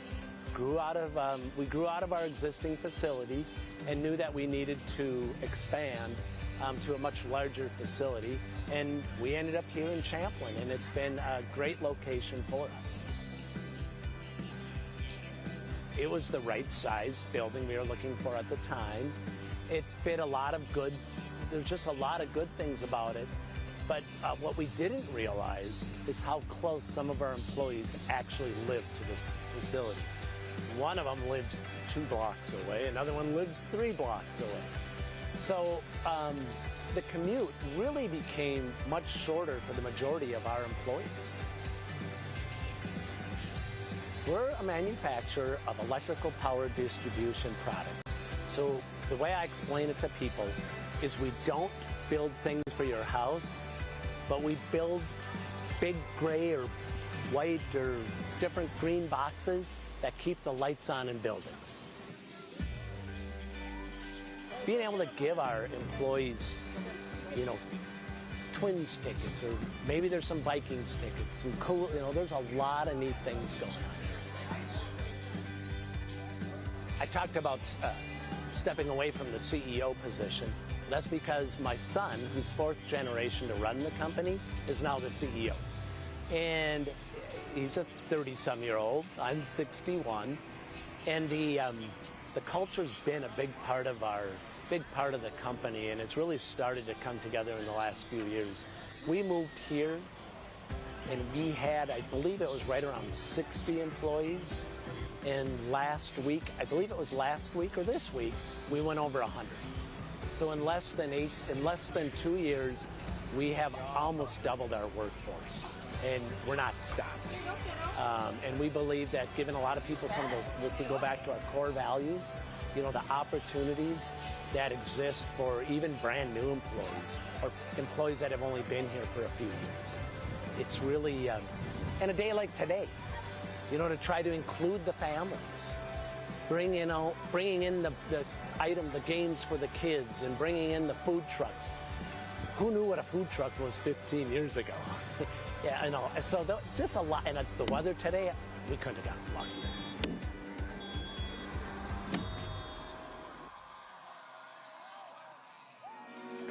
My favorite thing about volunteering as an Extension Master Gardener is learning about the different gardening styles and sharing that knowledge with others. I love meeting and learning from people who care about educating, inspiring others through gardening. Whether you are a new or seasoned gardener, there's always something new to learn. In 2023, our Anoka County program will celebrate 40 years of teaching and working with residents. They learn to grow healthy plants and foods, improve local ecosystems, and create outdoor living spaces for people. I am one of over 150 Master Gardener volunteers living in this area, so one of our strengths is being familiar with the challenges other local gardeners face. Every May, the Master Gardeners host a plant sale fundraiser and sell plants grown and thriving in this region. The money we raise supports our community project and activities throughout the rest of the year. I am excited to see what positive changes we can make this year and the ripple effect it can create. Please visit the AnokaMasterGardeners.org to learn about upcoming Master Gardener events and services and how you can become a volunteer. Back here at Andover, both teams back out on the field. First half is in the books, getting ready for the second half, 21-14. The Blaine Bengals leading the Andover Huskies. Let's take a look at how we got here. Basically, neither of the defenses could stop the other offense. Blaine got the ball to start the game. They marched down the field, and Clark there with a 5-yard run took a 7-0 lead. And then here's the biggest play of the game, longest pass play of the game for Andover. Mapson to Wiegert down the middle. That set up then Mapson a 9-yard run. The McKnight kick was good. We were tied at 7 after the first quarter. We moved to the second. Blaine ball. What do? They march right down the field. Niska scores here, almost scores. He got to the 1, and then they worked it all the way to 4th and goal before Niska, from less than 1 out, scores to make it 14-7. The Bengals come back. They make it 14-7. Andover with Gravink, a 1-yard run, little shorty there, 14-14. And then Blaine taking the lead that they have right now. Niska, 24-yard run. Both the kickers, McKnight for Andover, Sessick for Blaine, have been perfect in the point afters. Andover did have the ball late in the first half, but they were stopped. They were forced to punt, the only punt of the entire first half, and then Blaine finished with the ball as time ran out. They attempted a 50-yard field goal on the final play of the half, and Sessick's field goal was wide left. A little bit of a hook pull there, and that made our score here at halftime 21-14. And Joe, you have some stats there from some players as well? Exactly. With Niska up here in the first half, quarterback for Blaine. 17 carries and 148 yards on the ground for 2 TDs. And then he also threw 4 completions, 4 for 8 and 78 yards for Blaine. So a lot of success for Niska. He looks like he's on skates, the way he's weaving in and out and gliding, Jim, as you said, as well. Meanwhile, for Mapson in the first half, he was 4 for 5. 52-yard passing yards, and then had 13 runs for 64 yards, including a touchdown. Meanwhile, Gravink rushed the ball 9 times for 34 yards and a touchdown. Receivers, Wiegert, 3 catches, 36 yards, and others here, 4 for 16 as well for Andover. That was Fields. All stats brought to you by Need to Know by Joe. We'll dial up a Need to Know here later, here in this third quarter. An easy early Need to Know by Joe here to start this third quarter. Blaine has outscored their opponents 69-14 in the third quarter. That's right, 69-14. Blaine has outscored their opponents in this third quarter. As we get ready to go, Blaine will be kicking off some other big games tonight, Jim. We talked about off mic, and Maple Grove and Minnetonka going at it, and then Minnetonka was leading 14-10 at half. And of course, Maple Grove. Some other things having to do with sections and seedings, rather. Champlain Park and Osseo tied at 14-14. That also at half. Underway. The Sessick kick. And this will be Wiegert touching the ball on the kick for the first time. And he's out to the 27. And the Huskies will have it here to start the second half. Trying to even this up again, down by 7 here to start the half. Yeah, let's see if they can get the flow and that offense that they had in their first 2 possessions. One was a 60-yard drive, capped by the run by Gravink, and then they also had another impressive, I think I had an 80-yard drive that time for Andover for their second touchdown. Mapson and Gravink, the two touchdowns here tonight for Andover. 21-14, they trail. Ball on the 28. Mapson, Gravink. First down pickup of close to 5 yards. Feeling his way for a gain of 5. It'll be 2nd and 5. Yeah, kind of watching the blocking schemes here as the Huskies line up offensively. One receiver just to the bottom of the screen, and they have a grouping of 3 just to the left. Critical opening drive here for Andover. The way the first half went, you just didn't have a lot of possessions, and you got to score when you have the chance. And there's a pass. Nice catch by Fields across the 40 to the 43. Yeah, this was a darn good pass and a great catch. Getting down, good hands, getting a diamond formation on those hands as they receive the ball. First down, Huskies needed that. That'll bring it out across the 40 to the 43-yard line. Mapson sprints through a seam. Positive yardage, lost the ball. It's loose, far sideline. Bengals say they have it. Entire sideline says yes. It's going to be Bengal ball on a turnover. Mapson was going to get some good yardage, but the ball came out. Yep, they were able to strip it out of that left hand. Good job punching it out. And Blaine now gets possession in Husky territory. In fact, at the Husky 45-yard line on the first turnover of the game. Ethan Foster came up with the fumble. And the first big turnover of the game, first down and 10. Blaine at the 45 of Andover. And they're going to put it on the ground here to Obuya, and he gets to the edge, gets to the corner. He's down the sideline and a first down. That little jet sweep that time, bringing it our way, and pick up his biggest gain of the game. That'll give him the first down, as you mentioned, Jim, and on the move. Here comes Blaine, setting it up. Second possession. That was a pickup of about 10, make it 11. R.J. Obuya, over 600 yards rushing now on the season, and a junior.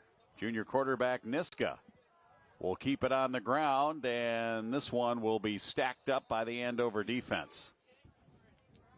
Not much running room that time for the Blaine Bengal running play. And that was Obuya again. Their main running back entering the game takes a handoff there, no gain, 2nd and 10.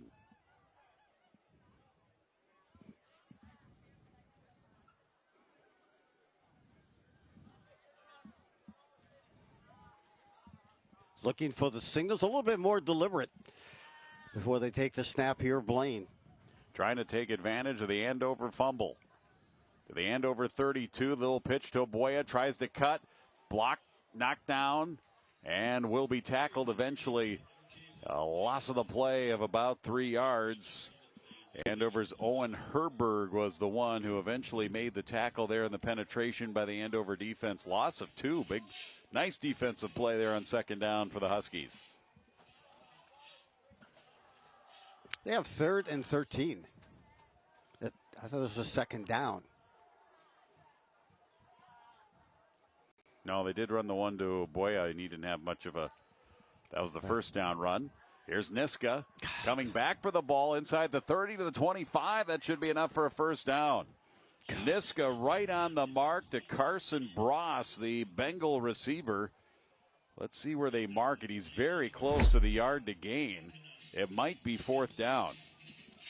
Niska fired that one in there. A bit of a comebacker with Bross making his way up the seam towards the quarterback. It is 4th down and less than 1. Niska will keep. Looks like he's got room. Flag is down. It's going to be a penalty. Looks like it's going to be on the Bengals. Blaine's Eli Mansell, their tight end, had his hands to the side. That was the look of a guilty man. Yeah, there it is. Penalties in that first half turned out to be 6 for 50 yards for Blaine in that first half. So a 10-yard penalty here against the Bengals. Yeah. That eliminates their first down. It'll bring up 4th down and long now, 4th and 11.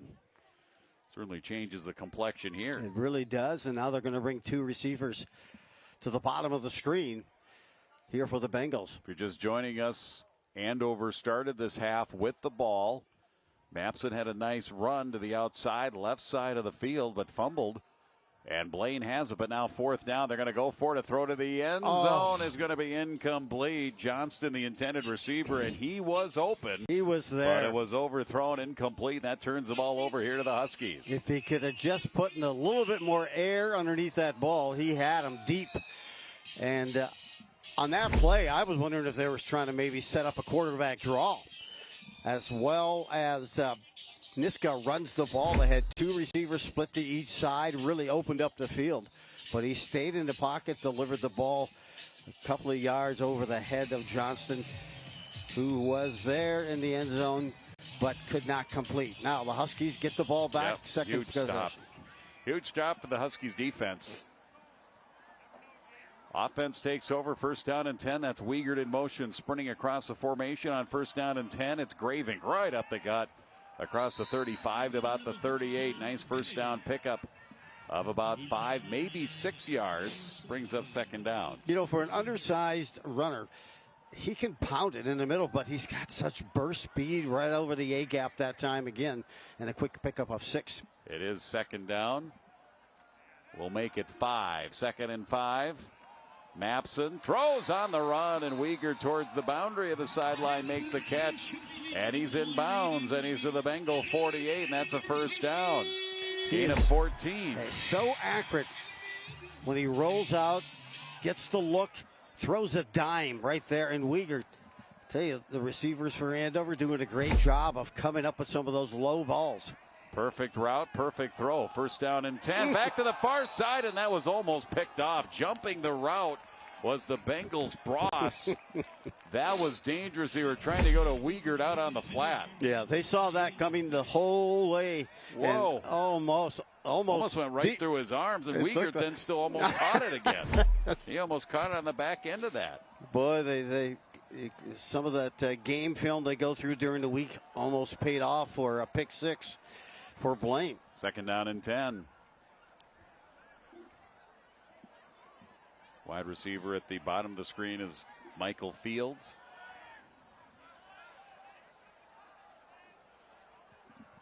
Three back. And movement.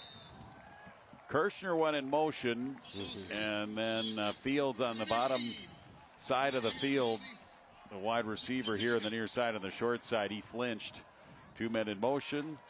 Legal procedure, 5-yard penalty here against the Huskies. Yeah, kind of. Sometimes you get caught in that fast pace. That time it slowed down, looking for a particular read for a check down, and it threw everyone off. Back to the 47, second and 15. Mapson, pump fake, scrambling. Still scrambling. He's going to, he did a Chuck Foreman spin, but that's going to get him maybe a yard or 2. Great job by the Blaine Bengal defense again, stringing that play out, not allowing Mapson to run downfield as he basically ran east and west, and that allowed the Bengal defense to catch him 3rd and 12. Yeah, I'm not sure what that spin move, that Chuck Foreman move, was going to do for him.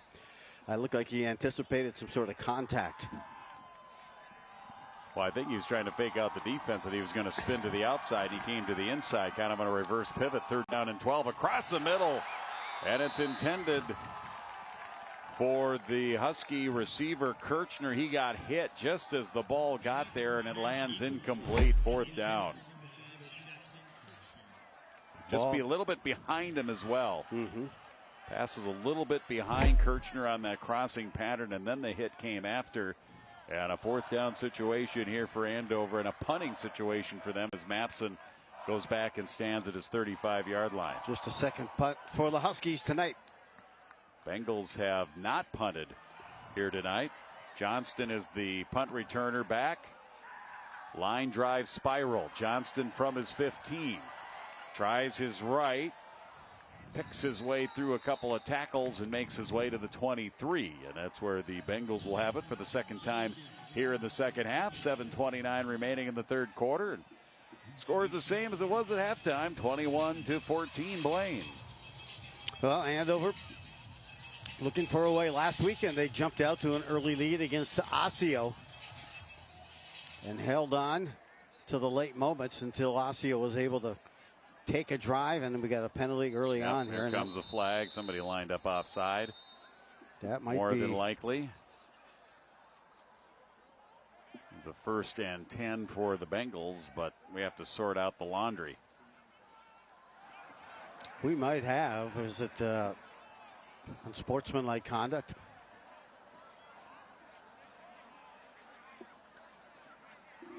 Well, I thought Andover coaching, one of the Andover coaches was talking to the official. Unsportsmanlike. Yep. Head coach, Andover, 15 yards. First down.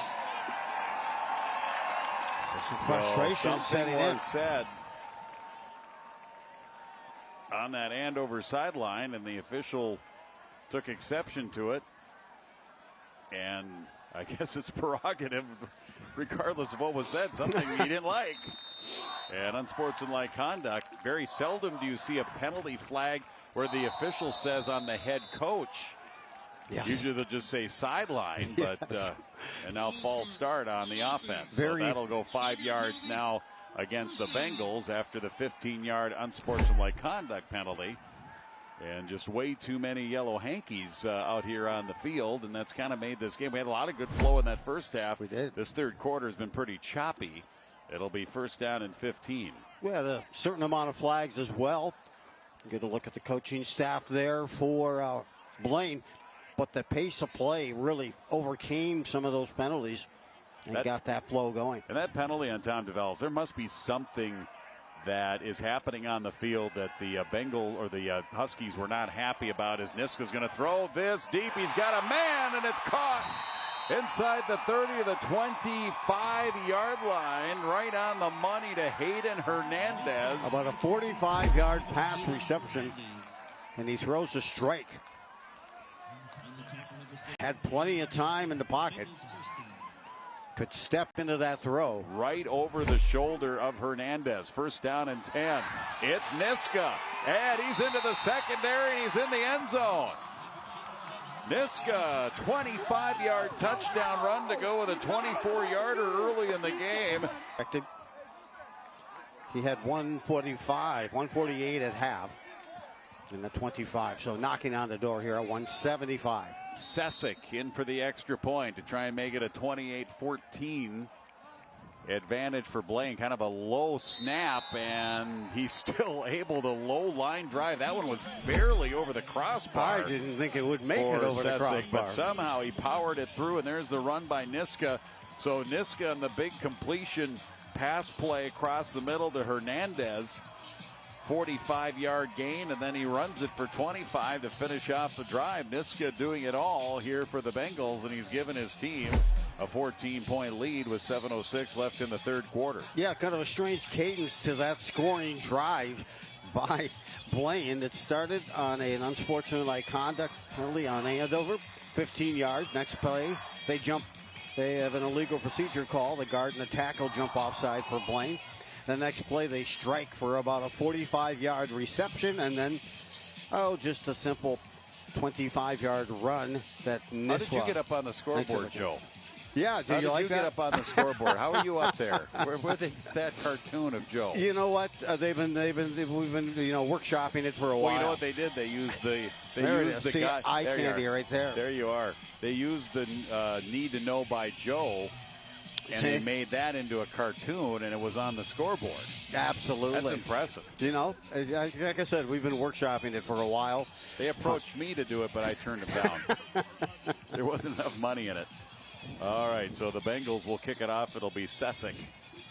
So now Andover, first time tonight that they've been down by 2. They have not led in this game. They've been chasing the game. They've been chasing Blaine all night long. And now they got to chase him to the tune of 14 points with the Sessick kick. This will be a touchback. Wiegert will let it bounce, and Andover will have it at the 20-yard line. Well, you know what? The Huskies trailed by 2 touchdowns to Rogers just a couple weeks ago. Stormed back due to some penalties on Rogers and then the turnover, and came back to pick up that win as well. So overcoming some of those deficits, something they've been able to get at. They ended up winning that game 34-31 over Rogers. And a lot of what we're seeing in this game happened in that Rogers game. And in fact, they're holding Mapson to minimal gains right now, running the ball, forcing him to throw. Huskies could really use a big play here in the second half. Here's the pitch to Gravink. Out to the 25. Nice solid pickup on first down. Gains about 9. It'll be 2nd and 1. And 2nd and 1 is not a bad time to try and come up with a big play and throw the ball downfield. Yeah, and Graven, when he makes that sweep, but gets to the outside, plants his foot, he has some juice and he runs downhill so powerful. 2nd and a yard. Mapson calls his own number, gets a first down across the 30 to the 31, gains a couple, and it's enough for a first down here for Andover. That it is, as the clock continues to move, but the Huskies stay their poise and stay with the plan. And obviously it's a squad that can put up some points in a hurry. DK Kumara made another tackle, interior defensive lineman for the Bengal defense. The Huskies offense have first down and 10. 32. Andover has outscored their opponents this year 262 to 193. Mapson looks near side, and he tried that fade down the sideline on a wheel route. And I don't know if Fields got tangled up with the defender or if there was some miscommunication and they weren't on the same page on the pass and the route.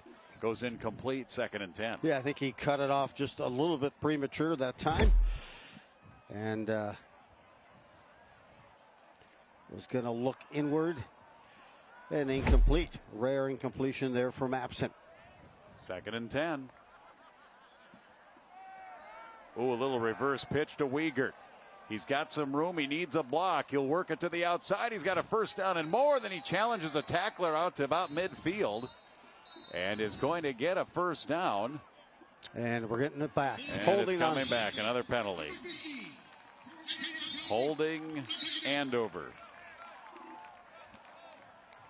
And I think that may have been on Colton Miller. On that play, you can see the rain now starting to come down. A little bit of a light. Yeah, penalties taking its toll here. And certainly affecting the game in the third quarter. It'll make it a 2nd down and 20 instead of being at midfield at the 50. They're back at the 21. It's a 29-yard penalty, basically, when you look at where they were going to be compared to where they're at. And Mapson runs, scrambles, toss. It's going to be caught.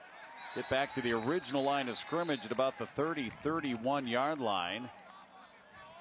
On the pass completion over to that far side.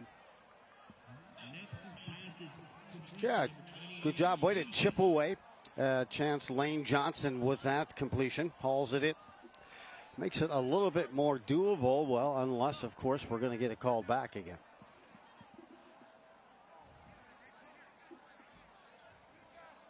Yep. Legal man downfield. Ugh.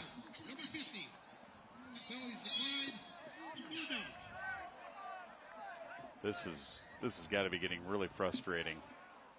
Yeah, for Coach DeVellis. So they will decline it. So they'll take the yardage. The Bengals will take the yardage, make it 3rd down and 11. And they'll start the clock here. Andover has to forget about the penalties and the flags. Just try to get something positive here offensively. 3rd down and 11. From their 31. Mapson on the roll. Now the throw, and it's incomplete. It's looking for Wiegert, and it's broken up. I couldn't see it. Looked like he didn't even make it to Wiegert. He had to throw it through a nest of those Bengals. And one of the Bengals that was there was Brian Sawada, among others. Yes. Like I said, there were a number of guys around Wiegert, and Wiegert just naturally draws a crowd. It'll be a punting situation here for Andover. Hey, some great defense by Blaine. It's an anomaly that the Huskies have punted twice in a quarter. This rare to see, but happening tonight as now Johnston is standing back at his 31-yard line. The Mapson punt with some pressure up the middle. Low line drive punt. Bounces shy. Johnston lets it bounce, and it rolls inside the 30, about the 29, and that's where Blaine will have it. So after we basically had a somewhat of a track meet in that first half, where the teams kind of scored at will there in the first half, back and forth, we have had just the one touchdown here in the third quarter, and it was one that Blaine did to advance the lead to 14 points. And now they've got the ball back, trying to do that again. Champlain Park has now jumped out to a 21-14 lead over Osseo halfway through the third. Niska running the Blaine offense, and he will run it on the ground, and he's into the secondary, and he's out to the 50-yard line. 22-yard gain for Niska as he slides and glides his way into the secondary all the way to the 50-yard line. Great vision, too. I mean, just picking his way through the tacklers of the Andover Huskies, eventually tackled there by Sam Broughton, but not before the sizable pickup out to midfield. Just a junior for Jamison Niska. Close to 200 yards already. Ready to go again is Niska, and he'll run it. He'll cut inside his lead blocker, and he straight arms, breaks a tackle, and he's off to the races. He's down to the 20-yard line. 30-yard gain. Right now, Niska, big chunks, the quarterback here for the Blaine Bengals. Well, we were joking earlier in the first quarter about him getting 1,000 yards, but he's knocking on that door right now. He heard you, and he goes, challenge accepted. Hey, pal.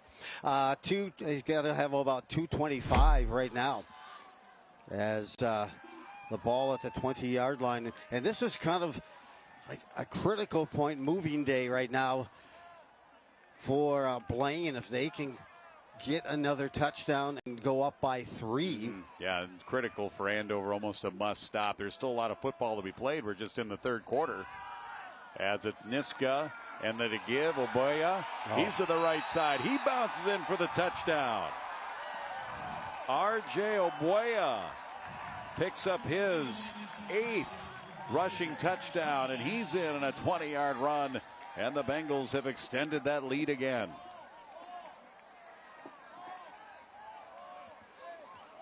Good run, good blocking execution that time. Bounce to the outside of Boya. And caps their third possession of this third quarter with their second consecutive touchdown. Huskies unable to contain that run, and Oboya was able to bounce it to the right side and then had an opening and then could use his speed into the end zone. The Sessa kick is good. He's perfect on the point afters here tonight. And the Bengals have outscored, you mentioned them coming in here tonight in the third quarter. Third quarter has been their big quarter, outscoring opponents 69-14, and they are continuing that trend here tonight as they've outscored Andover in this quarter 14-0. Yeah, hey, the good news for the Huskies, they have time, and it's a team that can strike in a hurry. They just need to get that cadence going. But really, it's been Blaine really controlling that line of scrimmage, disrupting that running game. Mapson not able to spring for a splash play or a long run. They've contained him most of the night, as I mentioned at half. Mapson with just a total of 64 yards on the ground. And passing at halftime, he had 52 yards passing. So Gravink and Wiegert back deep. Gravink is the receiver to the right, and Sessick will kick it to Wiegert, who's on the near side, but that is going to be past him and in the end zone. So back-to-back touchbacks for Sessick, keeping it out of the reach of those dangerous return men for the Andover Huskies, and they'll take over at their own 20-yard line. Now looking up at the big scoreboard here at Andover High School and seeing right now a 21-point deficit. Yeah, at Andover right now, their 4th possession of this third quarter. They didn't have 4 possessions in the first half. Yeah, good point. So let's see what they can do. They've turned the ball over once. Mapson on the fumble. Almost a pick 6 by Blaine as they stepped in front of a pass intended for Wiegert. Yeah, you got to hand it to the Blaine Bengals. They came out in this third quarter with a purpose. They were able to create a play. they forced that fumble. I mean, they got in on Mapson. It wasn't just Mapson dropping the ball. They got in there and forced that fumble. So they've been making plays, both on the defensive side, and then, of course, the quarterback, Niska, has been outstanding. 1st and 10 from their 20. Mapson trying to make something happen here for Andover, but that pass is going to be low, intended for Cameron Gillespie, and incomplete. 2nd and 10. Yeah, and the 3-4 defense has been everywhere. They've been blitzing when they needed to, really putting pressure, create some holding penalties on big plays in which they did spring for about 25 on a couple, but brought back because of a hold. Almost exactly 9 years ago, the last time these two teams faced off on the gridiron. There's a pass again for Gillespie across the middle on the post play. That's going to be incomplete. It was October 14th, 2016. Here tonight, it's October 15th, 2025. Blaine won that one 9 years ago, 31-28, and right now they have the lead 35-14 after that incomplete pass. 3rd and 10. He can spin the ball, Mapson. That was on a line, just incomplete. Graving in the backfield. Mapson forced to throw here. He will scramble. Nice dipsy-do, but then from behind, he's going to be taken down by Kamara, who was in the backfield applying pressure. He was coming back into the play, and he tackled Mapson from behind. 4th down. Yeah, he over-pursued him, and he was coming back. Mapson did not see him coming back. The offensive lineman couldn't get back to control. And there you see him coming right back in. He came off of the offensive lineman that time, unfortunately, for Andover, who could not contain. The Mapson punt from his 5. Johnston lets it bounce right at the 50, and then it takes a right turn into the Andover bench.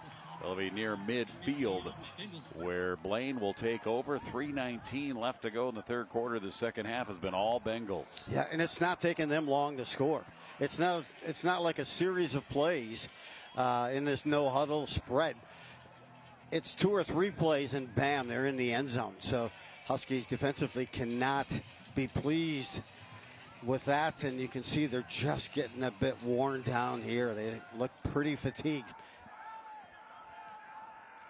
Plus this possession starting at the 50. Johnston in motion. He'll get the little toss on the jet sweep, and he makes his way into Andover territory. Gain of a couple, maybe 3. And it'll bring up a 2nd down and 7. The Huskies tackle there made by Verheyen, the 189-pound junior linebacker.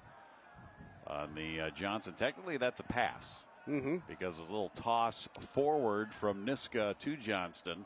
2nd and 7. They're setting down a little bit more deliberate, it seems, right now, Blaine, on this possession. Taking more time off the play clock as well. Taking a little more time getting that play in from the sideline. Trying to manage that clock. It's Niska. Keeps it right up the gut on 2nd down. Inside the 45 to the 43. Tackled there by a series of Andover Huskies, one of which is Luke Heinen, their big nose tackle, 280 pounds, 6'4". 2nd down, now 3rd down and 3. Jim Yukov with the St. Cloud Huskies men's hockey team, and also for the women's WCHA. I saw you on Saturday, I believe it was. But when you see them cycling in hockey and they're getting their stride, that's what I'm seeing as that almost effortless approach by Niska. How quickly he moves. I think it's a very good comparison. 3rd down and 3. Niska, 1st down. He cuts it back to the middle inside the 40 to the 39. Picks up 4 and gets his team another 1st down. When you've got a 3-touchdown lead, Bengals, their concern here is hold on to the ball, move the sticks, move the clock here as we are nearing 90 seconds remaining in the third quarter. Yeah, and you look at this Blaine team, 4-3 coming in. They lost to Centennial 28-21, and then they've also lost to Rogers this year. Rogers, that's the only win for Rogers this season. But it's unbelievable how they've even lost a game with this running game and Niska in the backfield as that quarterback. 1st down and 10. They fake that toss this time to Johnston, and it's on the ground. And the way that they were reacting, like the ball may have come loose, either that or the running back Oboya just kept going and going and going. Regardless, it's a first down here for Blaine. Huskies try to bring in some fresh legs defensively. Coming in, Blaine Raisler, and then along with the number 35, Kenna. Broad made another tackle. There's a look in our truck. Hey, look at cozy. Always cozy in the truck. Trinity back there. Is that a camera inside my house? That's awkward. Yeah, that's your man cave, right? That's your man cave. First down, 10. Up the gut for a few. Bengals being with their lead there. You know, Boya just running it. They're just content to keep it on the ground here. They're content not to run another play this quarter. It'll be the end of the third quarter here. Bring up a second down and 9 when we start the fourth quarter. Teams will switch sides here at Andover High School, and a strong third quarter. We've said that the Bengals' strongest quarter all season long has been the third quarter, and boy, was it just that here tonight. They outscore the Huskies 14-0 in the third quarter, and will take a 35-14 lead into the fourth here on QCTV Sports.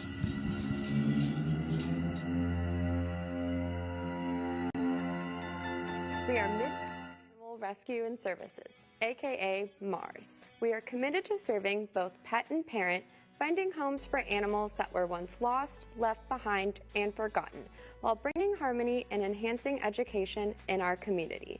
We started in 2006 and have a 98% adoption success rate.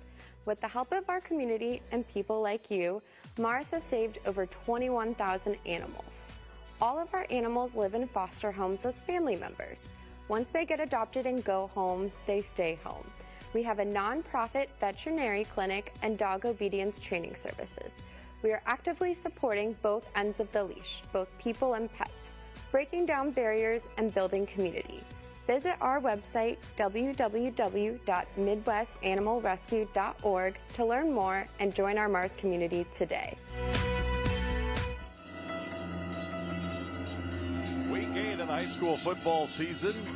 It's fluorescent colors, high-vis fluorescent colors tonight here for Anoka students. For the Blaine fans on the other side, looks like Halloween costumes. I see Batman and a few others over there. There's some Teenage Mutant Ninja Turtles. Justin Jefferson is in the house. Somebody's doing the gritty over there for the Blaine Bengals. But where did the season go? Already, it's week 8. Oboya trying to pick his way for some added yardage. Flag gets thrown on second down and 9. This is the flags and the penalties have really bogged us down here in the second half. It's going to be holding. Holding on the offense. That'll mark the Bengals back 10 yards. Well, you get a look, just checked on some yardage here for Niska. He's at 230 yards already here as we start the fourth. Yeah, he came in, what did we say? He came in 762 yards, so he'd have to run for 238 to get to 1,000, right? Correct. My math is correct. And many times it is, actually. You thought I was going to say isn't, but I'm actually pretty confident. Well, you know, your math is so much more competent than that of Steve Thompson. Oh, does he struggle with math? Oh, constantly. He says he doesn't, but he's more of a literary. He's more of a writer, more of an artiste. Exactly. He's in denial, yes, but by all means. Second down and 19 after the 10-yard holding penalty. Oboya for the Bengals is going to try and bounce it. He lost the ball. It's in the secondary. Looks like the Bengals recovered. Oh, that would have been a big opportunity for the Huskies if they would have been able to find it. But it ends up being recovered there by the Bengals. Eli Mansell finds the ball. Got punched out of there from Oboya. Huskies just couldn't get there. It almost looked like his own teammate accidentally punched it out. 77, the offensive lineman. 3rd and 22 back to the 40-yard line now. The Bengals moving in the wrong direction. Opening minute of the fourth quarter. Also passing yards. 155 yards in passing for Niska as well. Big night for him here tonight as his team in the lead by 3 scores. He's going to run. Left hand toss. Man is open. Incomplete. Johnston was there. Looked like he got turned around and went right through his hands. And if he holds on to that, he is either down close to the goal line, or if he can keep his balance, he's in the end zone. That is so tough to find the ball, too, because it looked like he looked over the other opposite shoulder first and has trying to find it. Oh, he put that right in the shirt pocket. He just came all the way around. He had to come all the way around, just could not locate the ball all the way into his arms. That was a nice toss there by Niska. And we'll see the Blaine Bengal punting unit here for the first time.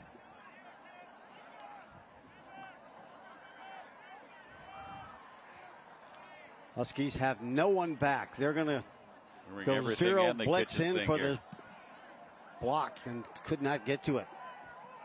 Hayden Hernandez doing the punting, and it's inside the 5. How about that for a punt from Hernandez? And with nobody back there for the Huskies, that gave a free rein to Kellen Walls to go down there, number 84, and down that ball at about the 1 yard line. That couldn't have been any more perfect than the ball hits the turf. They get kind of a moderate type of big hop, and he turns and it hits him in the numbers. Good hands too, and good balance to bring that down and settle it. And the Huskies now have the task of a 99 yards. And they need a touchdown. They need 3 of them here. The clock is against them. Scoreboard's against them. Field position is against them. Let's see what Mapson does from his end zone. He'll give to Gravink. Trying to get some breathing room out to about the 3. Maybe they push to the 4. Clock running here. Well, and Gravik on the other side, he's got that speed breakaway, jailbreak type speed where he could take it to the house from this distance. But right now, a little bit more comfortable, a few yards out and away from the goal line for Andover. 2nd down, 7, gain of 3. Mapson now just 1 step into his end zone. Pump fake. He's going to have to get out of there. He does. He breaks a tackle. Now he scrambles across the 5. Bounce outside to the 10. 15 out of bounds at about the 19-yard line. Mapson almost tackled at the goal line. Able to escape that and eventually get a first down for Andover. One of his best runs of the night for the senior quarterback. Very elusive. Breaks off a safety opportunity there for number 63. And Blaine, but he surges ahead, keeps his poise. From the 19-yard line, 1st and 10, Mapson into a pile, pushes it a bit out to the 22, and a gain of 2.5, maybe 3 here for the Andover Huskies. Find out those seeds. I'm not exactly sure. When do they do the 6A seeds? Do they do that this weekend? I believe it takes place this weekend, and I know some with Andover may be thinking, hey, if they couldn't get this win, Champlain Park goes on and gets the W as well, and others, they might be looking at maybe a 5. 2nd down and 7 here for Mapson. On the roll, throws, looks for Wiegert, but he trapped it. It is incomplete. 3rd down. 3rd it is. Rushed him out of that pocket. Short-armed it just a bit. Couldn't quite get the... Almost, though, caught that. Yeah. Almost got his hands underneath that. 3rd and 7. Uyghur with some good mitts as that wide receiver. Pretty good senior skill players on this Andover team. Is Mapson one of those seniors? Protection breaks down, forced to scramble, and he'll get a first down across the 30-32 here for the Huskies. He was tackled by a couple of Blaine Bengals there, including Max Brady. 1st and 10 here for the Andover Huskies. They're going to try and hurry this up as much as they can on the offensive side. On that side, you got to think Mapson has got to be exhausted getting back to the huddle after picking up the first down with his legs the first 2 times. Mapson looks option, keeps it, cuts it to the middle. Stood up at about the 36. Forward progress on 1st down. Gains 4. But not just enough yardage here. They're trying to maybe break a big one at some point in time. With 8.5 left to go. Blaine defense has really been stingy since that first half. And on the tackle there, doing a nice job, Brian Sawada, the linebacker, who has a pick on the season. 2nd down and 6. Huskies from their 36. Gravink in that offset pistol. Mapson swings it around. Wiegert has it. Tucks it under, runs it up the sideline, close to first down. I think they're going to give him the mark for the first down. That'll stop the clock with 8:03 left. I think they're going to call him. Well, this should be a first down, right? Because they aren't moving the chains yet. It is first down. Yep, now Andover. Hurry up offense.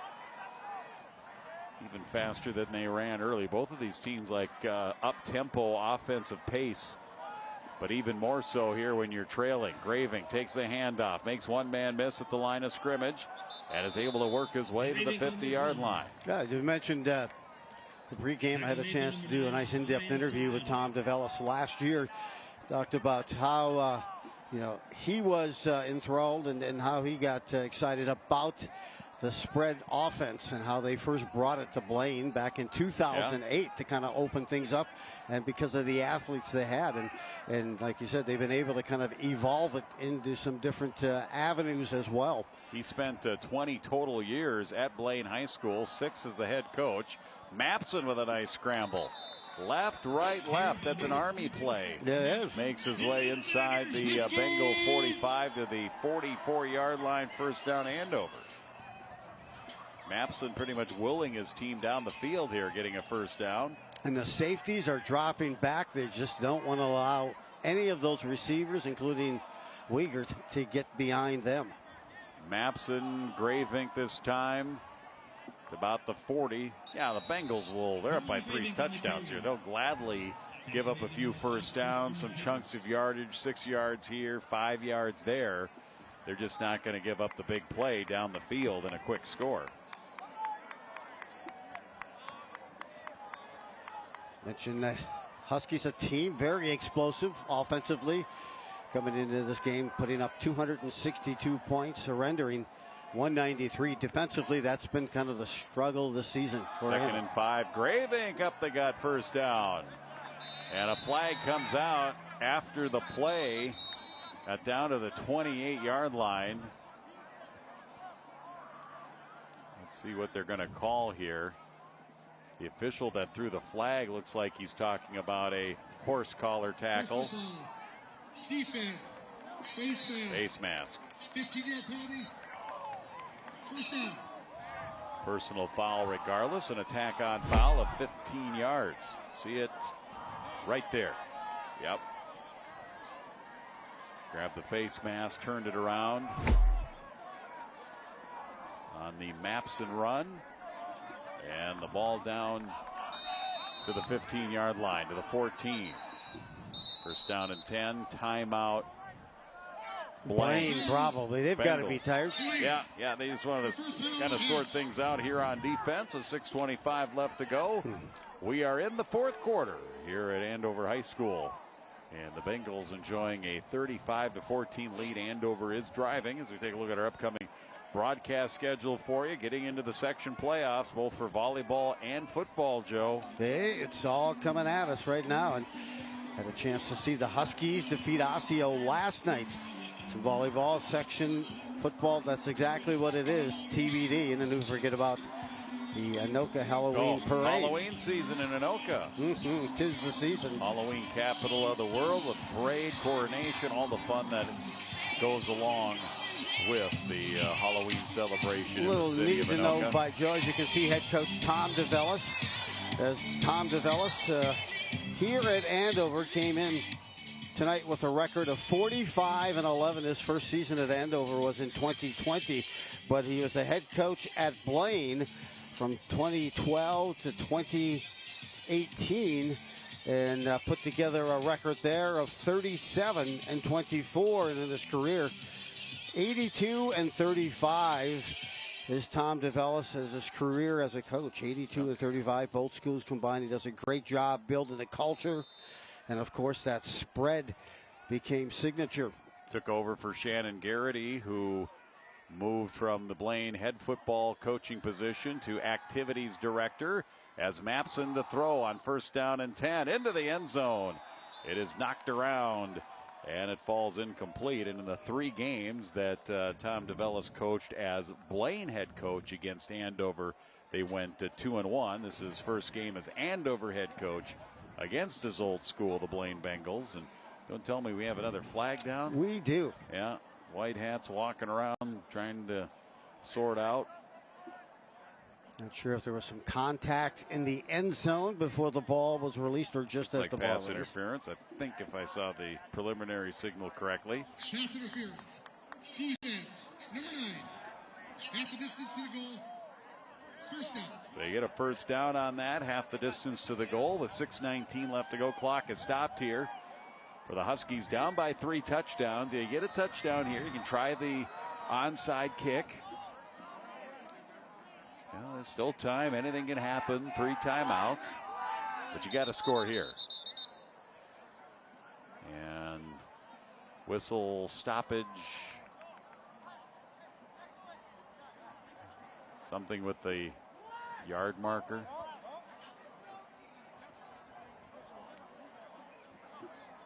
It is 1st and goal.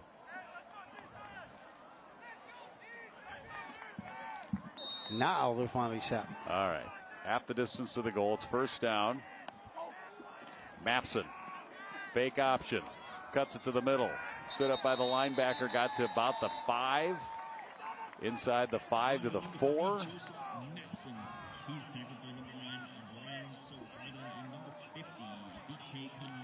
Set here again. Trying to cross the T's and dot the I's and get some closure on a 99-yard drive here is Andover. I'm wondering because the yardage markers are still over there. I wonder if it's 2nd and 1. I wonder if that's 4th and half 1. the distance to the goal if they did not get the first down. It's not going to matter because the toss over here to Wiegert, but there's another flag down. It's going to be holding by Andover, I think, in the end zone. As the wide receiver looked like he had a hold of the jersey of Blaine.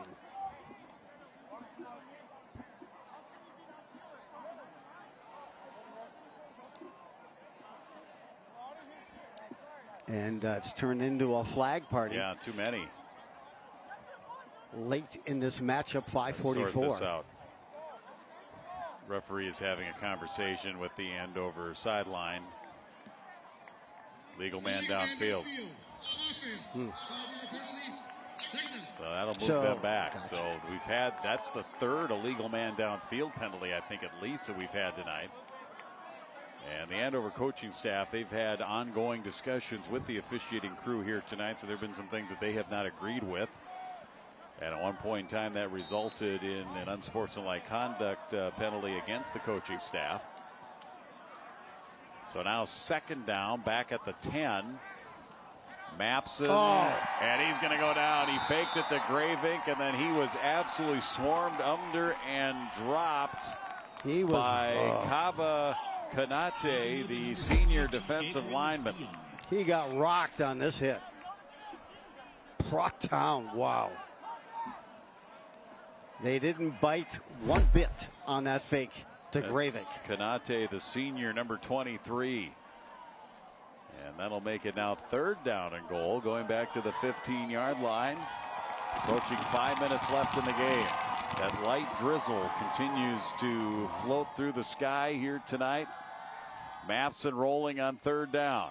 Looking and will just toss it incomplete before he stepped out of bounds. Throws it away, and now 4th down. Blaine had a couple of receivers on it seemed like on each, cornerbacks on each wide receiver. So well covered. He had nowhere to go to. They had 3 receivers out. No one even close to open for Andover. 4th down, 15-yard line, 4th and goal.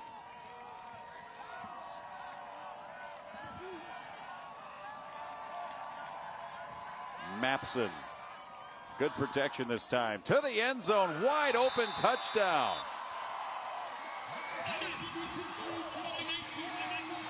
'99-yard drive. Who caught that ball? It was on the near side corner. Yep, Number 28. That's Lane Johnson, the 6'3" receiver, and the Huskies are in the end zone for the first time since the first half. Lane Johnson, his first touchdown reception of the game or the season. And good job. I like that play scheme. And a 99-yard drive capped off on that 15-yard touchdown pass by Mapson. And the McKnight kick is up and good, 35-21 with 4:52 left to go.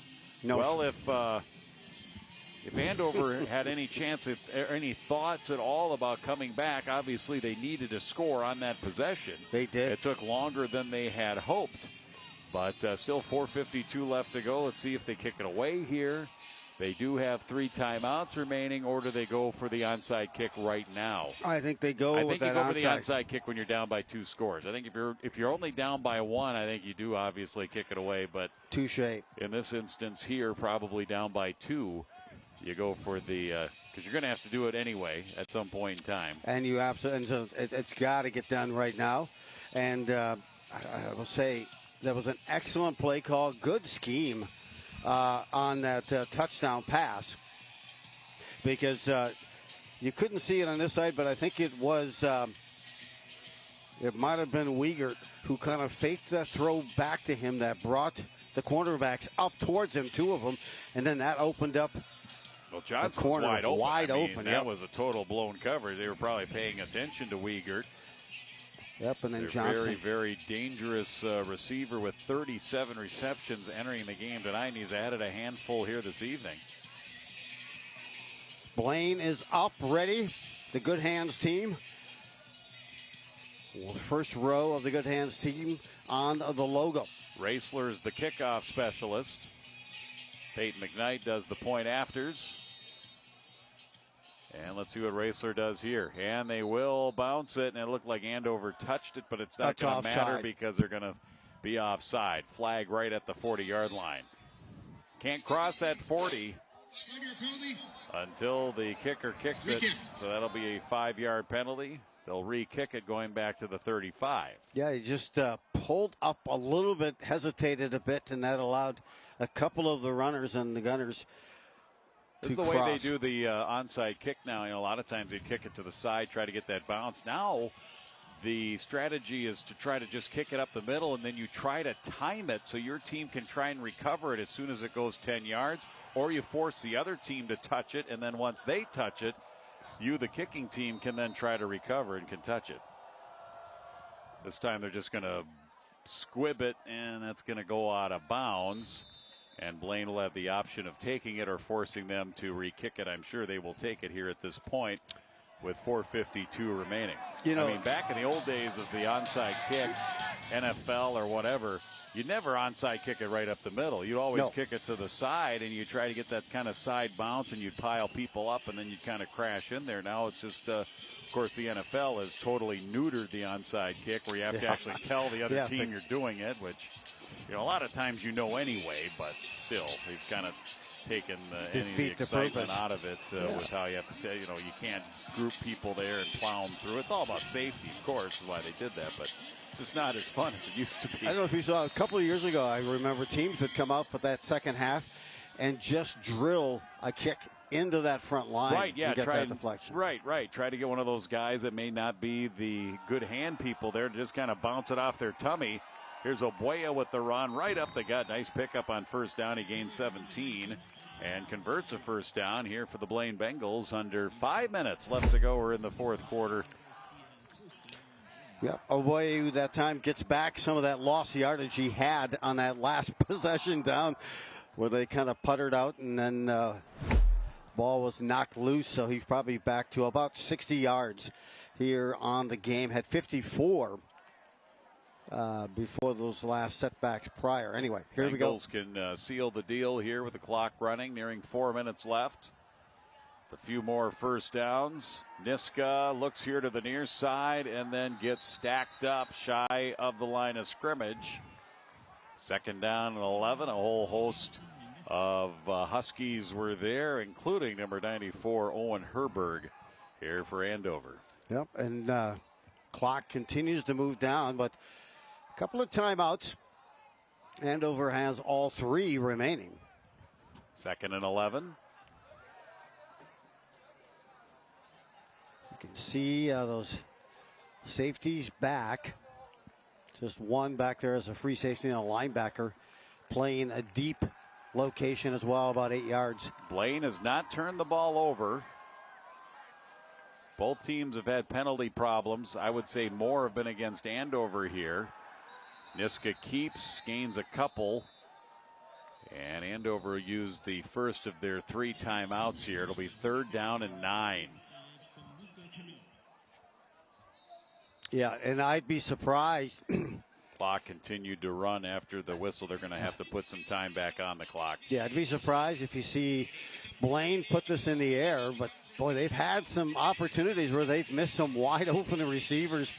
It could have been a little bit worse here on the night for Andover if they had completed at least 1 or 2 of those deep passes. But nonetheless, we've seen what a weapon Jamison Niska is this season, nearing 1,000 yards as he has 225 now with a couple of that loss and then a 1-yard gain. So nudging up, he's at 980 yards right now. Rushing on the season. On the season, yep.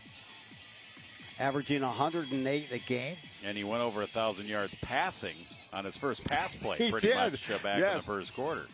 There you see Pete Anderson, sometimes member of our broadcast crew here on QCTV. I told Pete, he's looking good. Yeah, he's got one of the high and tight cut these days. And also the Andover High School baseball coach. Yes, 3rd down and 1. Niska, there's the quarterback draw. Makes one man miss, leans forward. He's close to a 1st down. I think it's going to be 4th and 1. Niska getting tackled there by Samuka Kane. 5'11 junior, number 35 in there on the defensive side.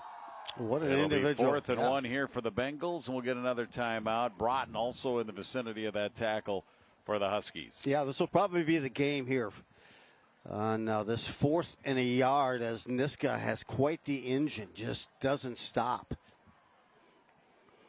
And we got so 4th down and 1 after the timeout. Huskies will have 1 timeout remaining. Let's award our player of the game, Joe. Who is it? I can't even guess. Kazunte, Niska, and he gets it. Oh my gosh, Jamison shake and bake his way. He was a one-man offensive force here tonight. You look at the combined yards, 155 throwing, 235 now rushing. And that is showcase of talent. And boy, he gets it going in section play, or even postseason coming up here. Who knows? Well, the Bengals last year finished the regular season 4-4. If everything holds here, they're going to finish 5-3. But they made a playoff run. They picked up 2 wins in the first and second rounds, and then they got to the quarterfinals and lost to eventual Prep Bowl participant Minnetonka in the quarterfinals. So they made a nice little playoff run in last year's 6A playoffs. 4th down and 1 after the Andover timeout. 3:18 left to go in this one. Niska knocking on the door. They're going to have to call a timeout as the play clock was running down. They kind of saw the hand that probably Andover was going to get in a scheme defensively. Yeah, they had the timeout to give too. Yeah, correct. So might as well do that. Take a look at what the defense is showing, and then you go back to the sideline, you huddle up, and then you respond accordingly. Niska, 390 total yards tonight. That's a night. See if he can hit that 400-yard mark. If he can scamper a little bit on this 4th and 1, or just see if the Huskies can step up, make the stop, and see if they can strike in a hurry with 3:18 left here. And again, just over the weekend, we'll get a look at how things are, even before the weekend, perhaps. Not quite sure when, but when they get the seeds set. And I really kind of like how they have that section play set up, or at least for the 6A, right? 6A. Yeah, yes. And those seeds, and break it down that way. it kind of, breaks away from some of the sections. I know there is talk for years that, hey, it was always Andover and Elk River butting heads, and it would be interesting to see how they would fare in other locations. Right, with Andover now in 6A, of course, they don't play sections. So this is Niska, and he's going to get a first down. He'll pick up 10. About 10. I think under 10 there. I think we'll give him 9 yards, just shy. Had to get into inside the 25 to get to 10. They're going to mark him at the 25. Yeah, so Andover goes from the old way of doing the playoffs, Section 7, lost to Elk River last year in the section finals, and now they move into 6A where you take the top 32 teams and you bracket it, you seed everybody, and then you basically play a 32-team tournament without section champions. And then you play down to 4 to get to the U.S. Bank Stadium, and, of course, 2 to get to the Prep Bowl.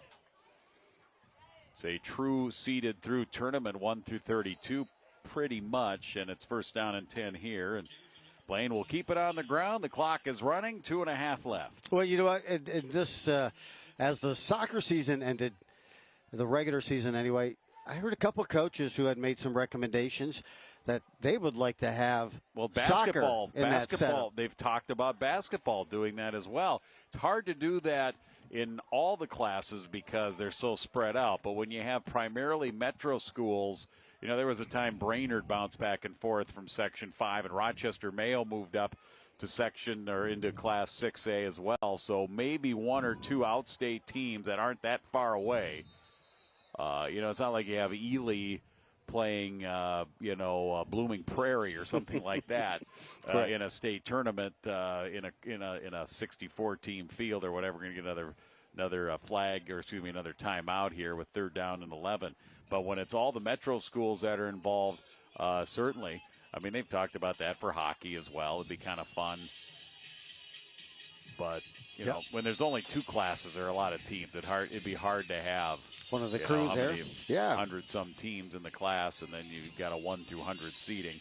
Getting a look at the camera crews circling around here. Yeah, they're braving the mist. Husky Stadium. Just mist. Our cameras can pick it up. Not much at all. People, not even enough for any umbrellas, really, at this point. Just kind of a nuisance mist. Champlain Park on the verge of beating Osseo. They're late in the 4th quarter, and they have a 28-21 lead to the Rebels.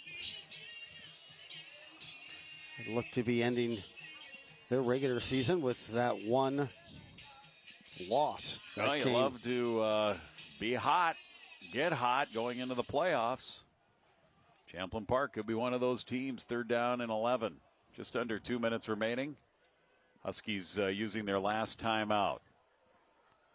Niska, what a night tonight. Will run it on the quarterback draw. Gets positive yardage, but it'll bring up 4th down. And this Gain will of move 4. the clock. It'll be 4th and 7. And the clock will run. They'll have to run one more play. Verheyen on the tackle for Andover. 4th down and 7.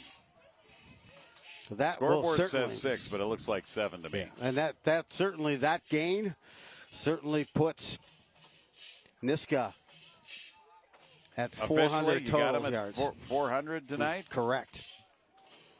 He was at 390, and then he took the one on 4th and maybe a yard. He took it for maybe 9 yards. Yep. And then on the next play call, they had a 3-yard loss. Well, he moved it ahead. Blaine's going to work this all the way, use every second on the play clock, and then we'll call timeout with 1:05. They're going to have 4th down and 7. And just a formality now here with them up by 14, 35-21, and the first meeting between these schools in 9 years. And I don't know what the trends are for enrollment and everything, because they redo it every 2 years. Will Andover, I would imagine, just making the move from 5A to 6A, that they are just into the 6A realm, just above that precipice, which is where the 6A schools and enrollment is to get into the top 32. Whether they bounce back to 5A or not, who knows? Joe, do you know? I don't. No? I don't. I was looking to see if there was anything else on that field set, but you know what? I do not have that. But I think we're set for a 4th down play. Yep. So Andover at least 2 years in 6A, and then after that they'll reevaluate as enrollment shifts, population shifts. But the Andover enrollment going up here as more people move a little further north, away from the heart of the metro. Here's the Niska throw into the end zone. So they do throw it on 4th down. That'll stop the clock with 1 minute exactly remaining. That'll turn it over here to Andover. But 1 minute left, no timeouts. Didn't look like much of an effort to try to complete that. No, I think maybe it was basically just make sure that none of the players get teed off on and what have you, and just kind of throw it to some open space. As the game is late, there's the phones coming out across the way from the Blaine stands as they celebrate the win tonight. Back in the old days, if you were going to do that, you needed a lighter. Yes. 5 and 3 for Blaine. 1st down and 10. Mapson. Wiegert has it across the middle, 30, and then he slides his way across the 40 to the 43s where they'll mark it. Nice pick up there. That'll stop the clock on the 1st down. You see the Huskies not yet given up. Good chance to work on late game, hurry up offense. Mapson rolls, now runs to the sideline, out of bounds just shy of the 50. So getting some yardage here. 43 seconds remaining in the game. Setting up here with getting some, as you mentioned, some practice, some flow, some reps. Some positive yardage. Mapson. Here's the screen. And it's going to be caught. That's Smithhurst. First reception tonight. Yeah, he had 6 on the season for Landon Smithhurst, 6'3" senior. He had a series of nice receptions against Rogers. 2nd down, less than a yard. 3rd down. Mapson back deep, looking deep, throws it out of bounds along the near side. Right. And that'll bring up a 4th down and 1. 14 seconds now left in this one. Blaine with safeties pretty deep, double safeties. I thought I saw a 3rd out there as well, but nonetheless, a cornerback and 2 safeties extremely deep, just not wanting to allow anyone behind them. And we're looking at a 4th and inches with 14 seconds left for Andover. This game was decided in the 3rd quarter. Mapson sprints and will get a 1st down with 11 seconds left to go. That'll continue the possession here for Andover. But this game was 21-14 really at the end of that 1st half. Huskies the had difference first was possession. The Huskies had the ball in the 1st half, and they were stopped on that one play and on that one drive, and that allowed Blaine to go in. Otherwise, it was back and forth. Everybody was scoring, and Andover was constantly answering the Blaine Bengals every time they scored. But that one stop by Blaine got them the 21-14 first half lead, and then they got the stop coming right out to start the half as that throw goes out far side, out of bounds at the 43. And then, of course, in the 3rd quarter, Bengals scored 2 touchdowns to 0 for Andover, and they built the 21-point lead, and they've been able to hold on now at 14. Andover came out that 3rd quarter, first possession, a chance to tie it up, and Mapson got hit from behind and ended up fumbling and turning it over. Blaine couldn't do anything with it. Meanwhile, Andover did get the ball back, but couldn't do anything as well, ended up having to punt. And that's when Blaine countered with a touchdown to get that 2-touchdown lead. Basically the Jamison Niska show. Here's Mapson. Last play of the game. He'll run. He'll slide down at the 35. There is a flag down. The game can't end on a defensive flag. It's holding offense declined, and that'll be the end of the game. 35-21. The Blaine Bengals come in here to Andover and pick up the win in their first ever meeting. Shouldn't say first ever, but the first ever meeting for Andover as a 6A school against Blaine. But the first meeting in 9 years between these schools on the football field, and it goes the way of the Blaine Bengals here tonight as the two teams wrap up the regular season. Blaine 35, Andover 21. The Andover Huskies fall to 5-3 to finish their regular season, heading into the 6A playoffs. Meanwhile, the Bengals finished their regular season at 5-3. So both these teams at 5-3 with the Blaine win here tonight. The seedings will come out over the weekend, and the 6A playoff should be exciting, as they always are. Joel, thank you. Good job here tonight in the Week 8 matchup. You as well, Jim. Great working with you again. Thanks to our crew in the truck. We saw them, and, of course, our camera operators as well. As we wrap up the regular season for the football campaign here on QCTV, your final tonight from Andover High School, Blaine 35, Andover 21. For Joe Rulin, I'm Jim Erickson, and for our entire crew, good night, everybody.